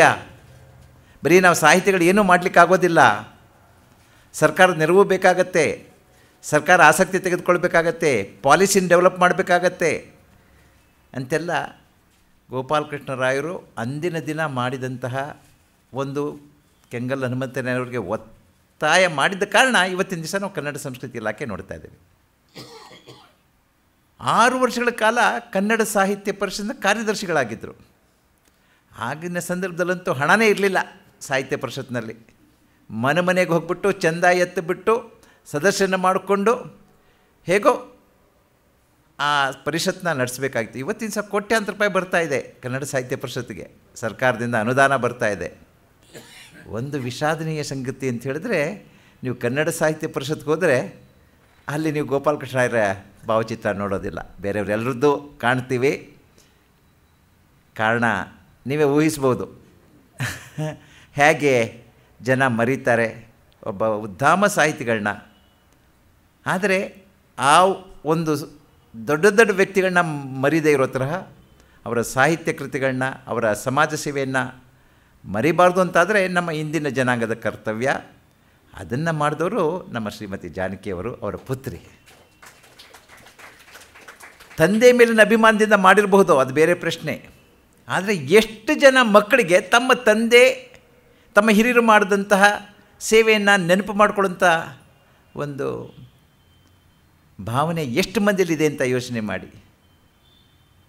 1930ರಿಂದ 65 ತನಕ ಮಾಡಿದಂಥ ಸಾಹಿತ್ಯ ಸಿಗಬೇಕು ಅಂತ ಹೇಳಿದ್ರೆ ಎಷ್ಟು ಕಷ್ಟ ಅಂತ ನಾಗರಾಜಪ್ಪನವ್ರು ಒಂದು ಲೇಖನ ಬರೀಬೇಕಾದ್ರೆ ಅವ್ರಿಗೆ ಎಲ್ಲೋ ಕಥೆಗಳು ಸಿಗಲಿಲ್ಲ, ಪ್ರಬಂಧಗಳು ಸಿಗಲಿಲ್ಲ. ಗೋಪಾಲಕೃಷ್ಣರ ಬಗ್ಗೆ ಗೊತ್ತಿರೋರಂತೂ ಯಾರು ಬೆರಳೆಣಿಕೆಯಷ್ಟು ಮಂದಿ. ಆದರೆ ಜಾನಕಿಯವರು ಒಂದು ಹಠ ತೊಟ್ಟು ಒಂದೊಂದು ಮೈಸೂರು ವಿಶ್ವವಿದ್ಯಾನಿಲಯಕ್ಕೆ ಹೋದರು, ಹಂಪಿಗೆ ಹೋದರು, ಎಲ್ಲೆಲ್ಲಿ ಓಡಾಡಿದ್ದಾರೆ ಅಂತ ಹೇಳಲಿಕ್ಕಾಗೋದಿಲ್ಲ. ಸುಮಾರು 1-2 ವರ್ಷಗಳ ಕಾಲ ಅದರ ಹಿಂದೆ ಬಿದ್ದು ಸಮಗ್ರ ಸಾಹಿತ್ಯವನ್ನು ಅವರು ಸಂಗ್ರಹಣೆ ಮಾಡಿ, ಬರೀ ಸಂಗ್ರಹಣೆ ಮಾಡಿದ ಮಾತ್ರ ಅಲ್ಲ, ಹಠ ತೊಟ್ಟು ಈ 1 ವರ್ಷದಲ್ಲಿ ಸಮಗ್ರ ಕೃತಿಗಳು ಅಂಥೇಳಿ ಸಮಗ್ರ ನಾಟಕಗಳು ಬಂದವು, ಸಮಗ್ರ ಪ್ರಬಂಧಗಳು ಬಂದವು, ಸಮಗ್ರ ನಾಟಕಗಳು ಬಂದು, ಸಮಗ್ರ ಕವಿತೆಗಳು ಬಂದವು, ಎಲ್ಲವನ್ನೂ ತಂದರು ಅವರು. ಅದೊಂದು ಹಠ ಜನರಲ್ಲಿ ಇದ್ದರೆ ಯಾರನ್ನು ಬೇಕಾದರೂ ಮರಿದೇ ಇರೋ ತರಹ ಮಾಡುವಂತಹ ಶಕ್ತಿ ಎಲ್ಲರಲ್ಲೂ ಇದೆ. ಆ ನಿಮಿತ್ತ ನಾವು ಆ ಹಿರಿಯರನ್ನು ಸ್ಮರಿಸುತ್ತಾ ಇವತ್ತಿನ ದಿನ ಈ ಕಾರ್ಯಕ್ರಮ ಯಶಸ್ವಿಯಾಗಲಿಕ್ಕೆ ತಾವುಗಳೆಲ್ಲ ಬಂದಿದ್ದೀರಾ. ತಮಗೆಲ್ಲರಿಗೂ ಮುಖ್ಯವಾಗಿ ಆ ಧನ್ಯವಾದಗಳು. ಯಾಕಂದರೆ ಜನನೇ ಇದ್ದೇ ಹೋದರೆ ನಾವು ಏನು ಕಾರ್ಯಕ್ರಮ ಮಾಡಿ ಏನು ಪ್ರಯೋಜನ? ಅವ್ರ ಮನೆಯಲ್ಲೇ ಕೂತ್ಕೊಳ್ಬೋದು, ನನಗೆ ಗೊತ್ತಿದೆಯಪ್ಪ ಗೋಪಾಲಕೃಷ್ಣರ ಬಗ್ಗೆ. ಆದರೆ ಜನಕ್ಕೆ ತಲುಪಿಸ್ಬೇಕು, ಜನ ಬರಬೇಕು ಅನ್ನೋ ಒಂದು ಕಾರಣದಿಂದ ಇವತ್ತಿನಿಂದ ಬಹಳ ತಾವು ತಾಳ್ಮೆಯಿಂದ ಅಂತಲೂ ಕೂಡ ಹೇಳಬಹುದು ಕುಳಿತಿದ್ದೀರಿ ಇಷ್ಟು ಹೊತ್ತು. ನಿಮಗೆಲ್ಲರಿಗೂ ಪ್ರಪ್ರಥಮವಾಗಿ ಧನ್ಯವಾದಗಳು. ನಂತರ ಈ ಕಾರ್ಯಕ್ರಮವನ್ನು ಆಯೋಜಿಸಿದಂತಹ ನಮ್ಮ Gokhale institute of public affairs ಆ ಸಂಸ್ಥೆಯವರಿಗೆ ನಮ್ಮ ಪ್ರತಿಷ್ಠಾನದ ಪರವಾಗಿ ಧನ್ಯವಾದಗಳು. ಹಾಗೂ ಪ್ರತ್ಯಕ್ಷವಾಗಿ ಪರೋಕ್ಷವಾಗಿ ಬಹಳಷ್ಟು ಮಂದಿ ಈ ಕಾರ್ಯಕ್ರಮಕ್ಕೆ ನೆರವಾಗಿದ್ದೀರಾ. ಅವರೆಲ್ಲರಿಗೂ ಧನ್ಯವಾದಗಳನ್ನು ಹೇಳ್ತಾ ಈ ಕಾರ್ಯಕ್ರಮವನ್ನು ಮುಕ್ತಾಯ ಮಾಡ್ತಾನೆ. ಜೈ ಹಿಂದ್, ಜೈ ಕರ್ನಾಟಕ.